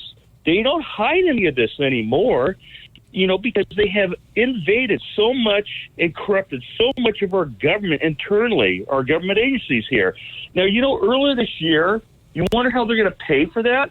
They make the taxpayers pay for it. Newsom down there, the little socialist globalist, he had a 50-cent a gallon tax, gas tax that he signed into law. Now, can you imagine how many billions of dollars of the population base in California at 50 cents a gallon gas tax that was added on, how that pays for maybe these illegals? They're stealing it from U.S. citizens there, and they're going to give illegals this money.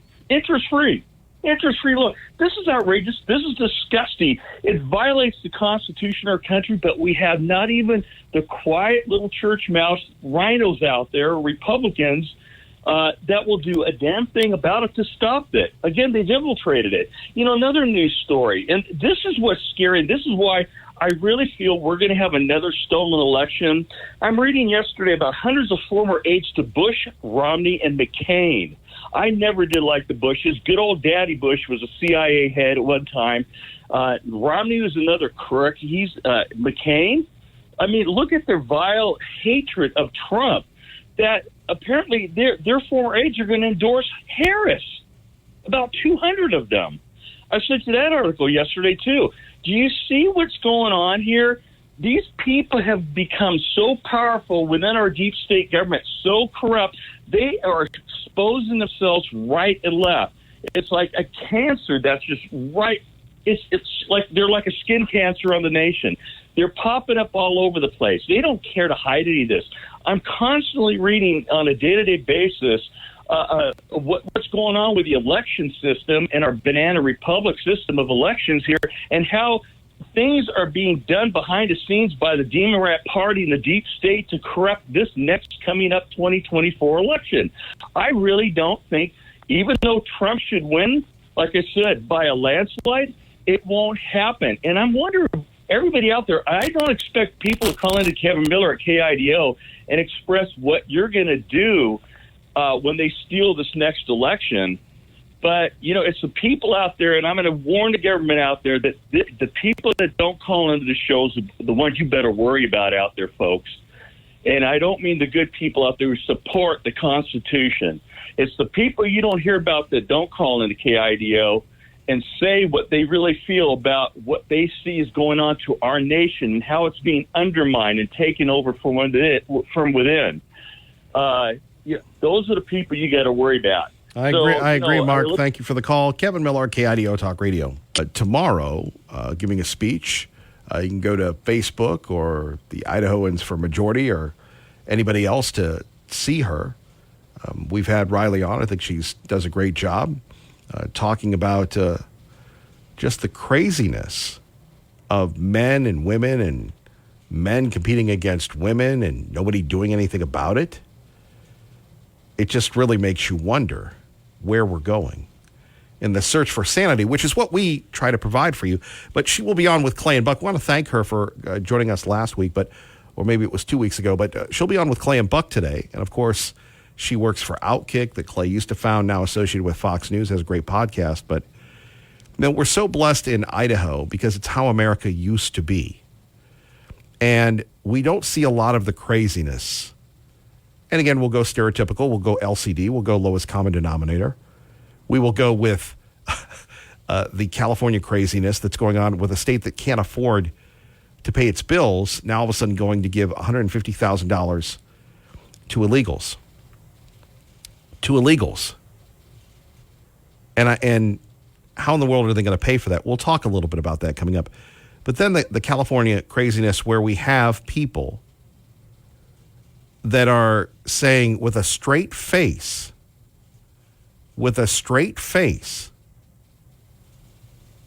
that boys should compete against girls. How in the world can anybody say that that is fair, that is equitable? And when we talk about the glass ceiling, that would be one of the biggest questions that I would love to see.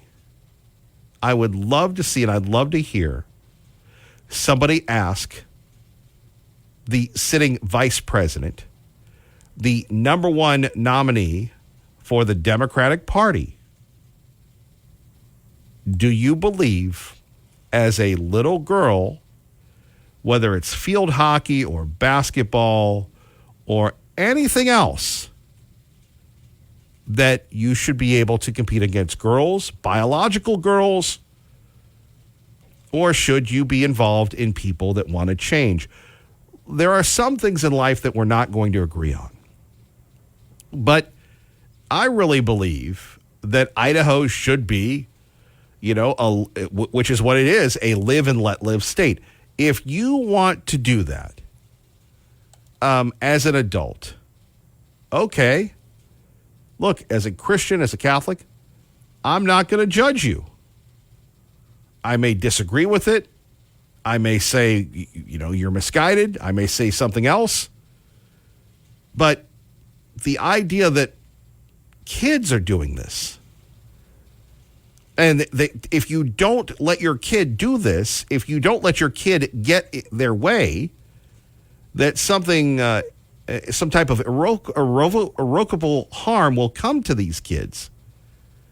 Well, what about the damage of surgeries? What about the damage of the psychological toll? And we know so little about these conditions and why people would want to do it, and therapy and everything else before you jump off the deep end, if you will. We take a look at ourselves from 25 to 35 to 45. We evolve. There's nowhere. Our needs and wants and perspective is so different at 12 than it is when it's 22. That's what needs to be discussed. And then you have, again, what message does that send to young girls that are trying to compete? And you have this whole thing with Title IX that was supposed to bring in fairness and equity and all sorts of things and equality. And then it just went away.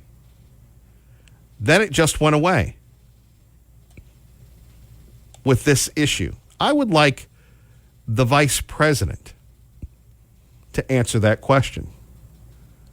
I'd like Lester Holt to ask that question. I'd like David Murr to ask that question. I'd like a lot of folks to ask that question. Wouldn't you? Don't we deserve that?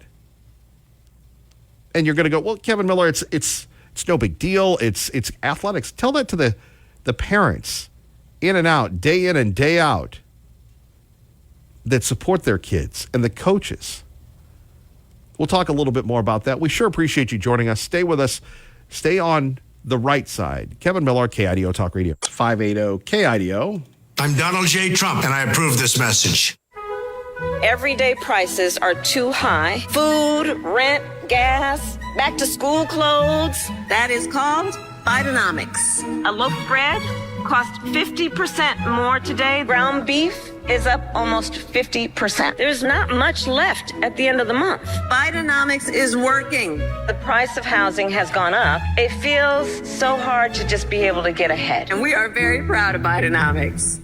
By the way, that's one of the best campaign ads you'll ever see from Donald Trump, entitled The Big Debate. Harris versus Harris. Will that play out? Should there be a debate? Will there be a debate? We'll talk about it. Phone number's here. 580-5436, 580-KIDO. Don't forget the free KIDO Talk Radio app. Take us anywhere, anytime, anywhere. Appreciate everybody signing up for the App Yap Club. Let's go to our friend Jared Halper joining us from Fox News Radio. It has been a while, and we've always missed our interactions with Jared. How are you, sir? I am well. How are you? Well, I guess we're getting ready for Labor Day, and once Labor Day happens, it's a go, go, go time, but it seems like it's been go, go, go since 2016. Yeah, I had said that I don't even know if there's going to be a surprise left in October. We've had so many this cycle, but I do think that obviously post-Labor Day is really when the campaigns generally kick it really into this home, kind of this final stretch, right? And that kicks off 2 weeks from today. We're supposed to have this debate, September 10th. Seems like it's all systems go. I know that there is still some back and forth over whether or not to mute microphones. Former President Trump is concerned about ABC doing the debates. But all that being said, there seems to be an appetite and a desire by both camps here to make this debate happen. And when you have that, generally the debates happen. So I still think this debate's more likely than not to occur. It's right now the only debate plan between Biden and Harris, between Trump and Harris. And we know how consequential the last one was. So I do think that there's an awful lot of desire and energy here to make sure it happens. But we're still waiting to see if microphones will be muted. That's something that the Harris campaign does not want to see. It's something that the Trump campaign says was agreed to months ago when Biden was in the race. Other than that, though, I mean, it's managing expectations, right? That's what debates are. We've talked about that. It seemed like the expectations had been lowered so much for Biden that I thought that it was going to be pretty easy for him to clear that bar. I was obviously wrong, and that was a very consequential debate. But again, I think that's why, if you're the Harris campaign, especially, you need this debate, right? You need to be able to contrast yourself, not just with Trump, but in many ways she is trying to contrast herself with Biden, that she is the Democrats' leader of the future, that she can, there are no concerns about her mental acuity, her physical sharpness, her temperament, any of those things, right? And to contrast herself with Trump is one of the reasons I think her campaign so badly wants these microphones live for the duration of the 90 minutes. They believe that it presents an opportunity, for her to have maybe a breakout moment where she prevents him from talking over her, or he, has a moment of, they tend to think that he's going to be unable to kind of behave himself for 90 minutes. That's kind of the thought from the Harris campaign. But again, you start setting those expectations, and it makes it a lot easier for the other side to meet the expectations if you kind of define it for them.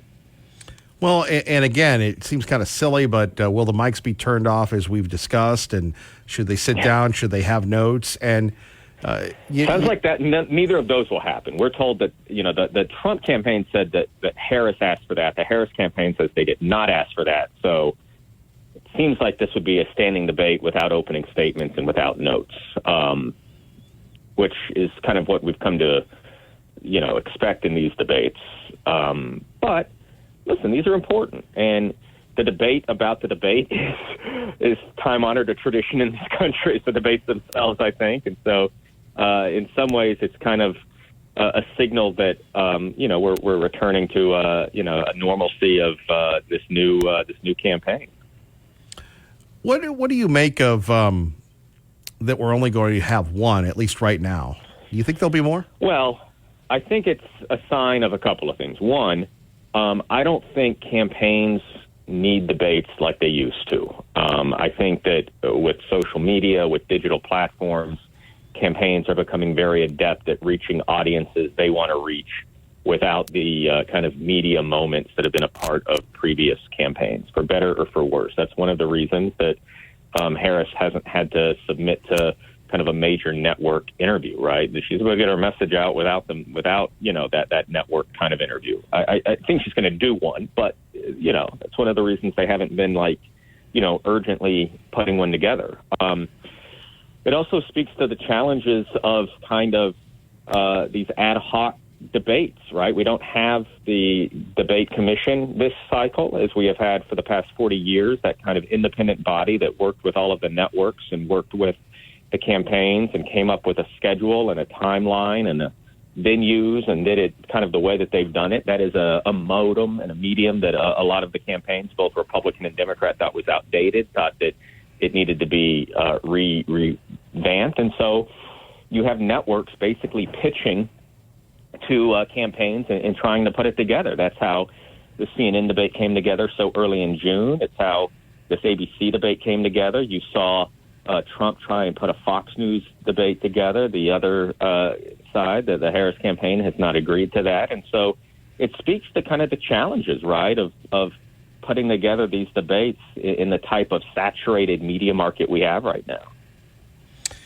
Yeah, it's fascinating to take a look at that. And, of course, maybe one VP debate as we get to, I mean, this is perhaps one of the more unusual cycles We've always of the only most. had one VP. I think it's fascinating that you hear like Vance and stuff say he wants at least one VP debate. Maybe like it's fine. I mean, I the vice president, the running mates up to this point have played kind of an outsized role. We'll see if that continues. We traditionally don't have more than one VP debate in large measure because usually the running mates aren't that important in a campaign. They are certainly important this time around, I think, given, how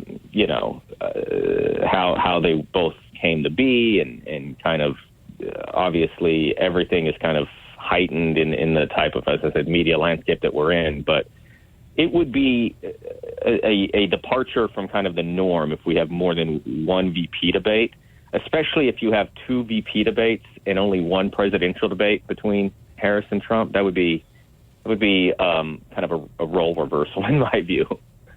Now, we've decided that we're going to lobby to have you interview the vice president.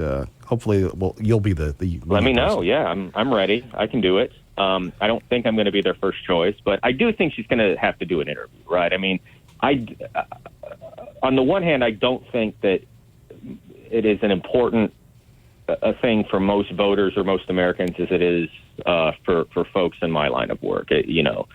We make it kind of a big deal. And listen, I do think that candidates need to submit the questions from journalists, from independent journalists. It's part of the process. You want to make sure that, somebody running for the highest office in the land can answer basic questions about what they want to accomplish and how they want to accomplish it. That being said, kind of to go back to what I said at the beginning of the interview, or the beginning of this segment, campaigns have gotten very adept at reaching the audiences they want to reach in their own way. It's one of the reasons that there were so many content creators at the Democratic National Convention, right? They are able to craft a very specific message for a very specific audience, and it is starting to show success, especially in races where, these elections are going to be close.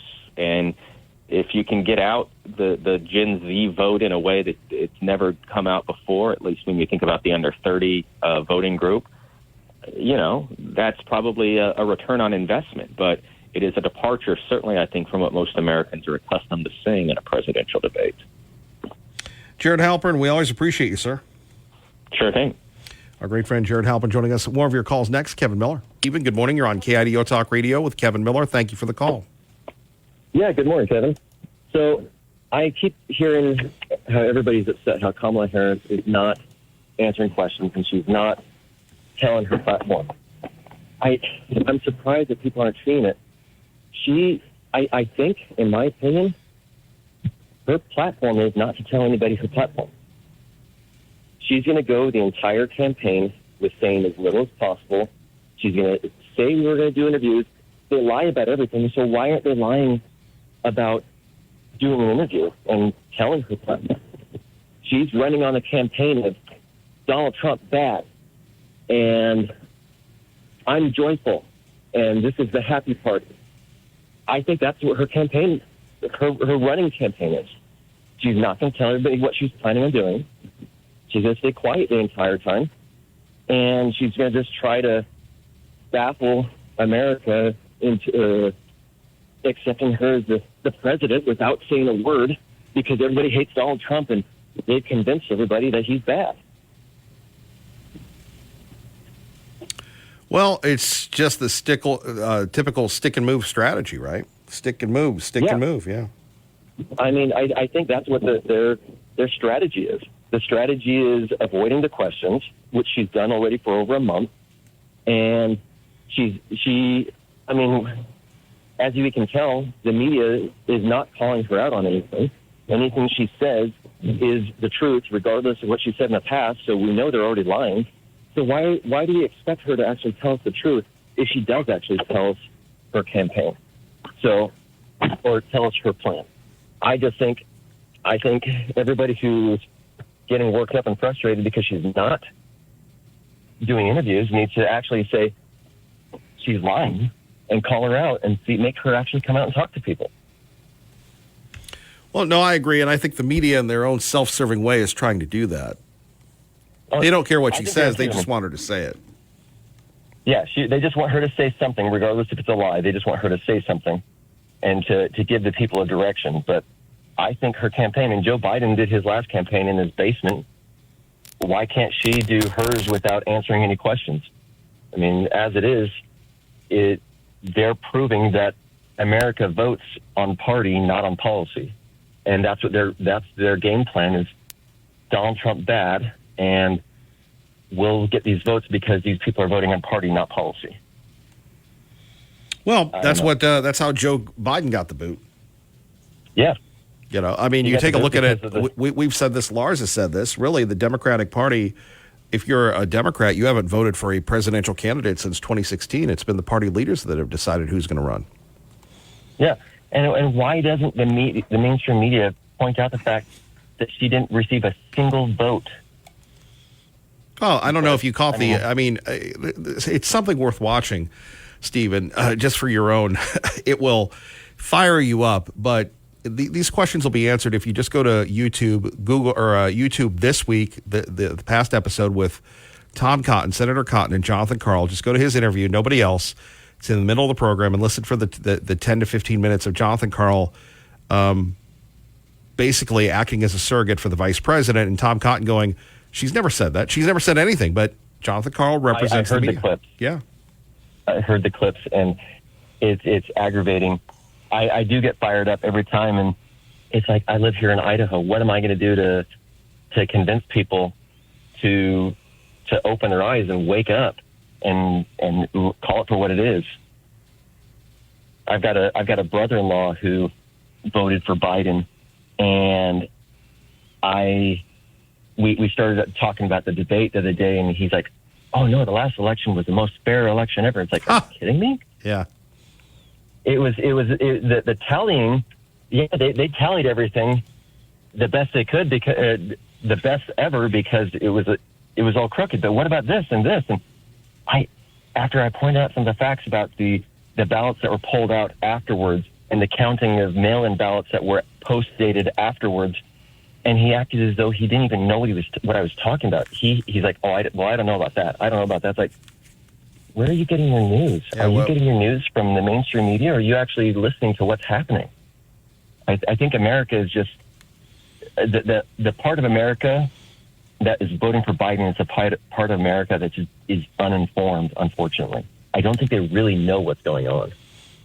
They don't want to know either. It's a party of ignorance. If I can be ignorant, ignorance is bliss. That's why they said they're the joyful party. Stephen, thank you for the call. No problem. Thanks, Kevin. Thank you. We go to Lucille, who joins us now with Kevin Miller on KIDO Talk Radio. Hello, Lucille. Good morning, Kevin. How are you? Not bad. Not bad. And you? Doing well. Listen, I think that Trump should be very firm in this debate negotiations, let's say, because obviously Kamala is running scared. If it were for her, she would not do it because she's not good at it. I mean, don't take my word for it. Look at her and look at her endless interviews that were, I mean, they were pathetic. Why don't you go to the border? Well, I don't go to Europe either. Nobody pays you to go to Europe, dearie.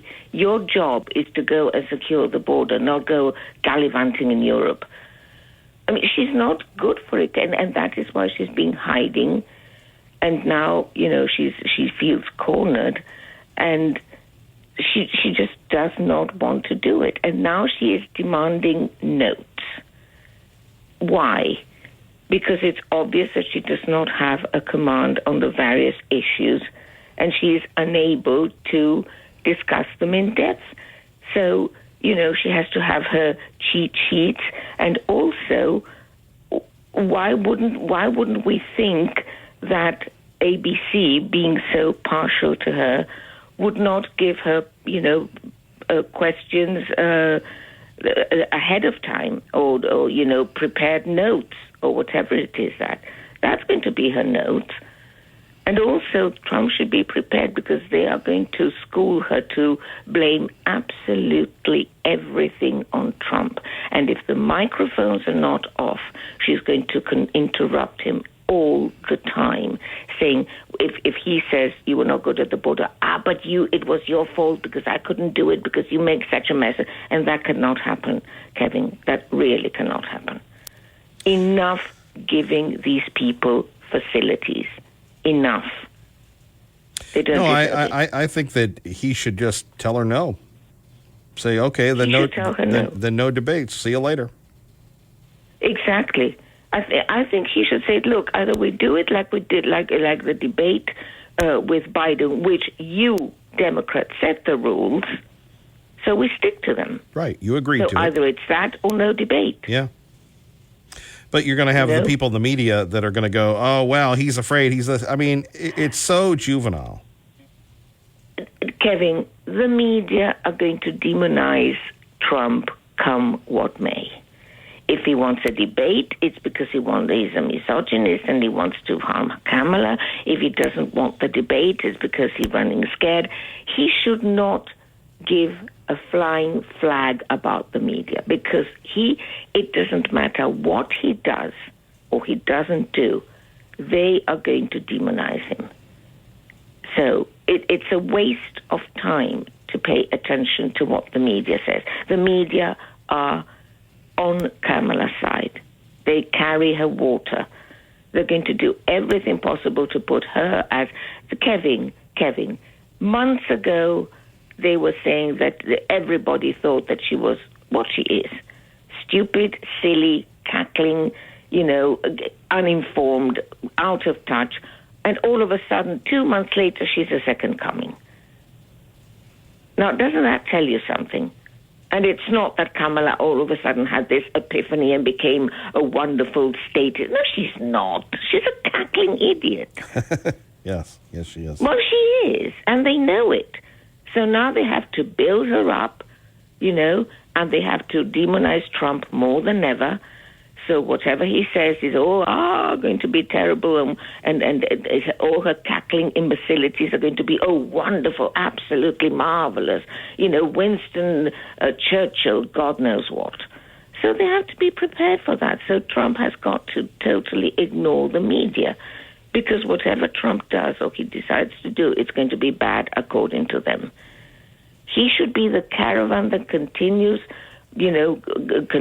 on its way while the dogs are barking around it. I could see that. I could see her cackling by doing that, yeah.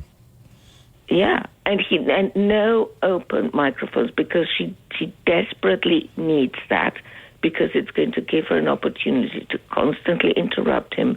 She knows that riles Trump as it would rile anybody, and they are hoping that will be a device to make Trump go, lose his temper and, say things. They're counting on that. It's the only thing, because they cannot count on her. They can't. She's been giving proof and more proof and more proof. I mean, she's going to be a word salad. She's going to teach us again that Ukraine is a country in Europe.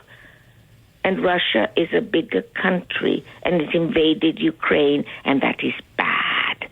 That is the extent of her knowledge.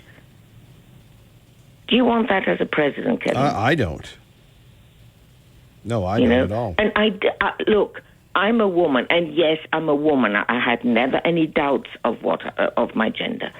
And, I don't want a woman president if it's going to be this kind of woman. If it's going to be a woman who's intelligent, who can debate, who is aware of all the problems of the country and bring solution anytime. But if you're going to give me a cackling idiot, but just because she's a woman, and by the way, isn't it nice that all of a sudden people are finally able to define what a woman is? Huh? Where did all that end? Lucille, thank you for the call. I appreciate it. Great call. Thank you. Thank you. Eric in Cuna with Kevin Miller on KIDO Talk Radio. Good morning, Eric. Hey, good morning. Yeah, I 100% agree with Stephen and Lucille. And the funny thing is, I don't think she wants a debate, really. I mean, she can't even take a question. And I disagree with the Halperin guy. You know, he was saying, oh, nowadays, the media doesn't really have to do interviews to elect a president. Give me a break. So that is just doing the same thing. You know what I think, Kevin, would be the perfect interview for Kamala? Who? It'd like, say, Sean Hannity. You know, he's got all those clips of her talking about stuff. I think they should sit her down and play a clip of her talking and then look at her and go, please explain.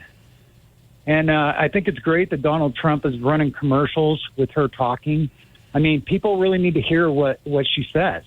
You know, just recently she was just saying that she wants to build the border wall. You know, I mean, it's ridiculous. And I don't know. I just think that she don't want to debate, really. I think she's going to sabotage it somehow. And I think it's great that they turn the mics off. You know, I think that works really well because, you know, who wants to hear a bunch of people yelling over each other? You know, I mean, let's make the debate real and clean, you know?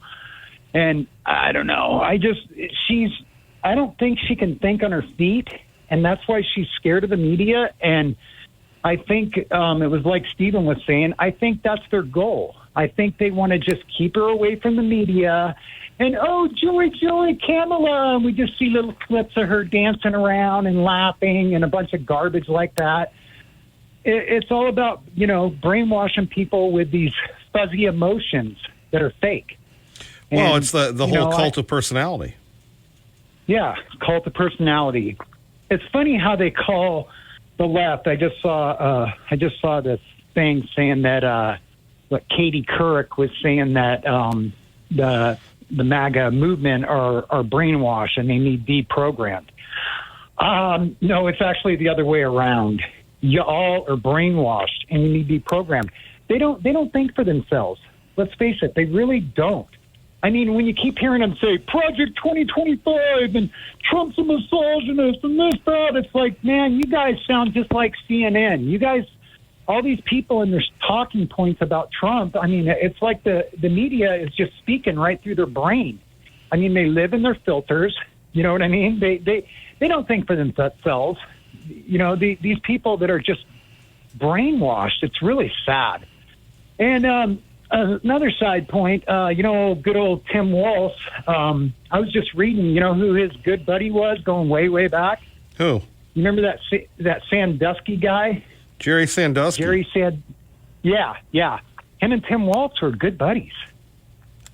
Imagine that one. Well, I wouldn't want to be the convicted pedophile. I don't want to be Sandusky's buddy.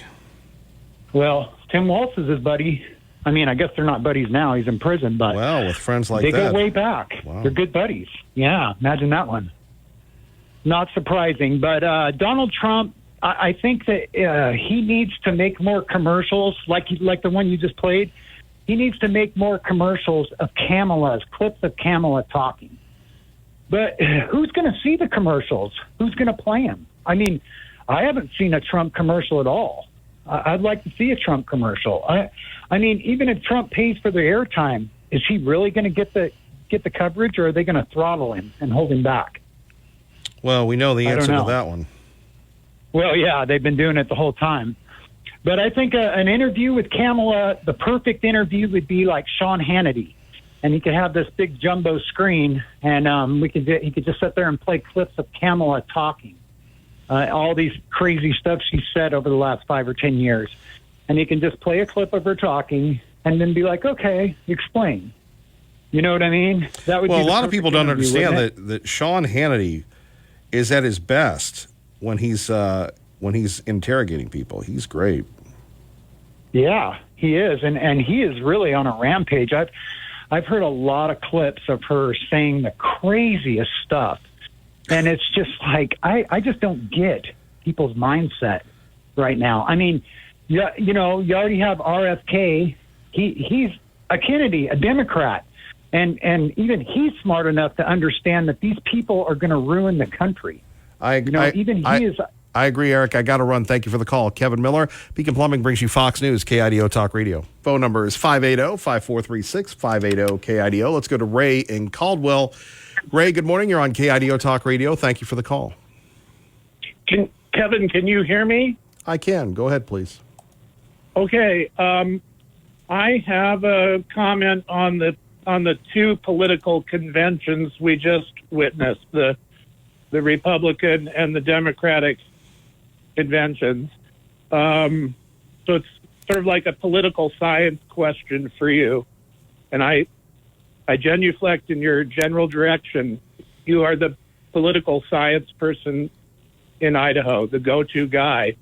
I thought that those two conventions, and they resemble previous ones, were extremely boring. They are basically triumphal coronations for the Republican candidate and the Democratic candidate. I can remember conventions in my short life. I was born in 1954, and I know you were born in 1968. I remember political conventions for the presidency that were knockdown, drag-out, brutal fights. And these conventions are nothing like that. They're just really boring. In the Democratic convention, I watched one thing. I watched the Obama speech. That was one of the most perfect primetime or keynote addresses I have ever seen. He must have practiced day and night for 4 or 5 days. It was perfect. But that's the only thing I watched. So going forward in the next, for 2028, for 32 and 36, do you think that those conventions will just be coronations like we just saw? No political. Well, you go back to 2016 and where, Ted Cruz tried to hijack it, and that, we did have some drama there. But before that, it's the nominee wins, they take over the party, and then they go. Yeah. Well, I don't know how much Idahoans remember, but in 2016, Ted Cruz won the primary in this state. He did. Yeah. Okay. That's my comment. Again, the insight on all this is we're going to, take a look at these things and go from there. The bottom line here is that they don't want the truth. They don't want this. All they want is, like you said, a coronation. That's all they want. Yes. Have a great day. Keep doing what you're doing. Well, thank you, Ray. God bless. Thank you. Let's go to North End Tim. Good morning, North End Tim.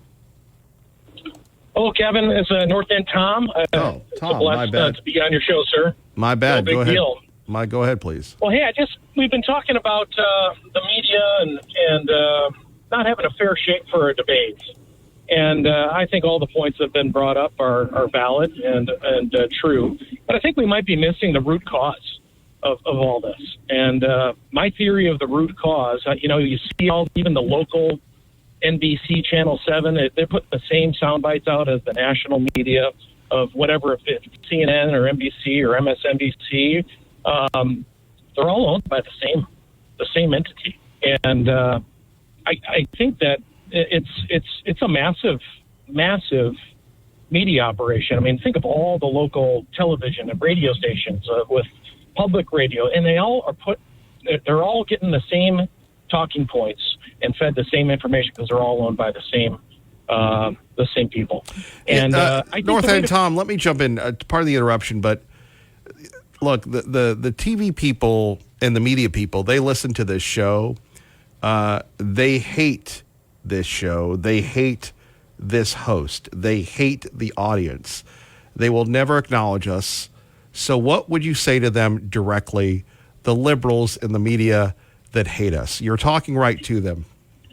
I think it's shameful that what journalism has been. I think all of them, when they became journalists, I think that they went there and they thought there was some integrity, but they're puppets. They're pawns. Somebody's moving them around the chessboard. That's just on a personal level. And they're not going to change. They're intrinsically inside. They can't stop themselves. They're too politically charged. They'll cheat. They'll lie. They don't care. They don't care. They're going to say the talking points, whether they're true or not, because I think that they have a love of power and money more than anything else in advancing. And I don't think that's going to change. I do have a theory of a way to fix this. But up to you if you want to hear it. And I think it's not a simple fix, but I think it's a simple solution. I truly think we need to have a wholesale. One side's got to have the House, the Senate, and the presidency, and they're going to appoint an attorney general that's going to just affect antitrust laws, and they have got to follow the money and break up the conglomerate, the quote unquote state-run media, so we can actually reclaim journalism in this country, in this nation, and really in this world.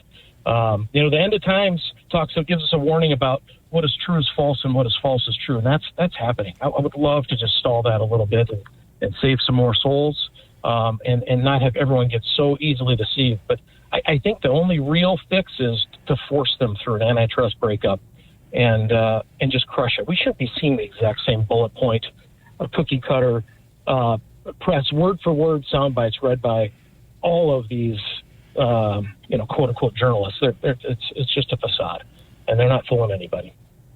What do you think, sir? I would agree, and quite frankly, there are no conservative local journalists. There's, people play their parts, and you go back to the Idaho chooses life issue, where we have people that have, have this most strictest law in the country when it comes to being pro-life. They protect the life bill, and you have Channel 7, the NBC affiliate, that has a half an hour political show that it's not a news show. It's slanted heavily. And they did a series on this issue about abortion, and they didn't talk to David Ripley, Brandy Swindell. They didn't talk to anybody on the other side. They just gave the medical industrial complexes side of it, and they should be ashamed of themselves. And quite frankly, I've had confrontations with people that work there. Some of them are very, very decent people. And I will tell you this, that they can dish it out, but they can't take it. They're very good to come after us, but they have an issue when you hold them accountable. And I know that firsthand. I got into it with one of their big stars about a month ago. Well, thank God that at least your voice and the people that call in, I love it. There's people that call in and they are able to share their voice whether we agree with them or not. And I'm thankful that the freedom of speech at least lives here in some little way on this program. I just think that a breakup, I think they're going to have to get forced because they can't stop themselves. As you said, we can fight, and some people are decent, but they still don't want to let it go. They're too, I think, politically motivated, or they're motivated through power from consistent speech that follows what they believe and what they think is right. And they have the right to do that. Well, no, that what they want to do. Not at the point of lying and not letting one of the presidential candidates have a fair debate. And right, and really lying by omission. North End Tom, I got to run. Thank you. Good morning. We can hardly get you in. We still have more calls to go. Good morning, Mr. Miller. It's nice to see that some of your people are finally getting the idea that the press is as crooked as it can be. Today we learned that Zuckerberg admitted to censoring information for Biden, which included censoring the fact that Hunter's laptop was real and not Russian disinformation. The government put pressure on Zuckerberg, just like they did on people at Twitter and the other social media companies, to put out this disinformation. And this is what I've been saying for the last 3 years, that our press is controlled by the government entities, and this is why we can no longer trust the liberal media or our government to tell us the truth about anything. This disinformation is not only taking place in our country, but it's also happening in other countries around the world as the elitists try to control the social media world. So Americans have become too complacent in allowing government to take control of our lives and no longer do their homework to find out just who they are electing to manage their cities, towns, and country. We have become the pawns of the state in the big chess game And if we keep making the wrong decisions, we're going to lose our freedoms. You know, we see how liberal state governments have already taken control of our lives with their rules and regulations they impose on us. If Kamala and company are elected to office, we might as well tear up our Constitution, as they will continue to regulate everything in our lives. Just look at how the sanctuary cities are spending billions of our tax dollars on housing, food, and medical care for illegals while our veterans sleep in the streets. Now they are offering tens of thousands of our tax dollars for illegals to buy homes, as we have become the illegals and they have become the new citizens. Everyone wants to know how we got here. And the answer is simple. It is called complacency of the populace and intensive liberal media propaganda for years. As I said yesterday, if you don't think we can follow in the footsteps of 1930s Germany, you are not thinking, as we are already halfway there. The government wants to take our lives over and control everything we do from cradle to grave. The big question is, will Americans wake up before the government guillotine comes down on our necks? And I believe we are going to find that out on November 5th. Just a quick word about the Kroger-Albertson merger. Mark my words, this is a way for the Albertsons to get their money out of this business. It is not because Albertsons can't compete anymore. And believe me, this merger will reduce competition, and you are going to see prices rise and hundreds, if not thousands, of employees laid off, while the Albertsons will be happy sitting there counting their money. It's about all I have, my friend. Not much more left. All right, Tea Party Bob, God bless you. Brian in Nampa, good morning. You're on KIDO Talk Radio. Thank you for your patience. Amen, Tea Party Bob. Yeah, no problem, Kevin. He took all my thunder. Well, I hold on. I have someone else, if you, special guest on the line, if you want to talk to him. I'm good. Let me. You know, one of your callers just said Obama's speech was good. Of course it's good. A little suggestion. Go listen to the AI regenerated speakers of Stalin and Hitler. They were very good, very powerful speakers in their days, too. But what was the underlying message? And then go read 2 books. The Games Criminals Play and How to Profit by Knowing Them, prison book, and the book called The Game. It's a guy that grew up manipulating women for sex, and he felt bad about it and repented later and told women all the secrets that men like him use to manipulate them. And then go watch Obama's speech again and see if any of it is similar. I think that you'll find that Obama is a master manipulator. So's George Soros, who funds him. And so's the Democratic Party. And if you think good speeches is a person you should vote for, I highly suggest you go watch Stalin and Hitler and put yourself in the position of being a Russian or a German back in that day and see if you would have voted for them too. Any questions, Kevin? No, Brian, I appreciate that. Great points, and we appreciate you listening, sir, and thank you for the great call. Thank you. Thank you. And here he is. He's been up listening since before 6 a.m. Liberal Steve with Kevin Miller on KIDO Talk Radio.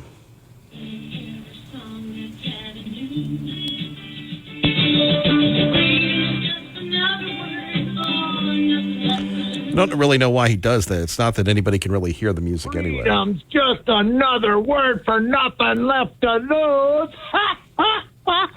God, I can't believe everybody trying to protect a 78-year-old silly man full of crazy ideas and wants to do a book called 2025, and they want to try and protect him from a woman. A woman. Hey, how's your heart doing? Hey, I tell you what, Kevin, listen to this. I was almost kept out of the military because of high blood pressure, because it's extremely high. Yeah. This is a birth defect. It was found by a fluke. I mean, it was a fluke that they found it. I was ready to keel over any second, and they found it doing something else. So I tell you what, I feel like $1 million, man, I can't believe the amount of blood I'm getting in my body and my head. I can tell you are at full power. Hey, I tell you what, the doctors that are involved in stuff like that, I mean, it's just unbelievable. I mean, I was on the table for 6 hours. Who bleeds for 6 hours and lives? Anyway, I'm out walking, talking, and spouting, and Kamala, come on, Kevin. Can we all be mature adults, including you, Lucy, and you too, Brian and Napa, with your AR-15s shooting at the stars at night? Good Lord. Can we agree that Kamala is just going to take this, just going to blow this election out of the water with winning? Can we admit that now? I mean, you don't have the momentum she has right now and come November and not blow Trump out of the water. And I'll bet you anything right now that Trump will not debate her. He will find a reason to step out of the debate at the last second, too, because he is scared stiff of her, because he hasn't done nothing ever in his life, nothing, other than file bankruptcy after bankruptcy. He saved America. Oh, he did? He did. I didn't know America was dying. Was America dying? What were gas prices during Trump versus your boy? Oh, you guy. If I hear, you sound like the little Pied Piper Sean Hannity. I'll take that as a compliment.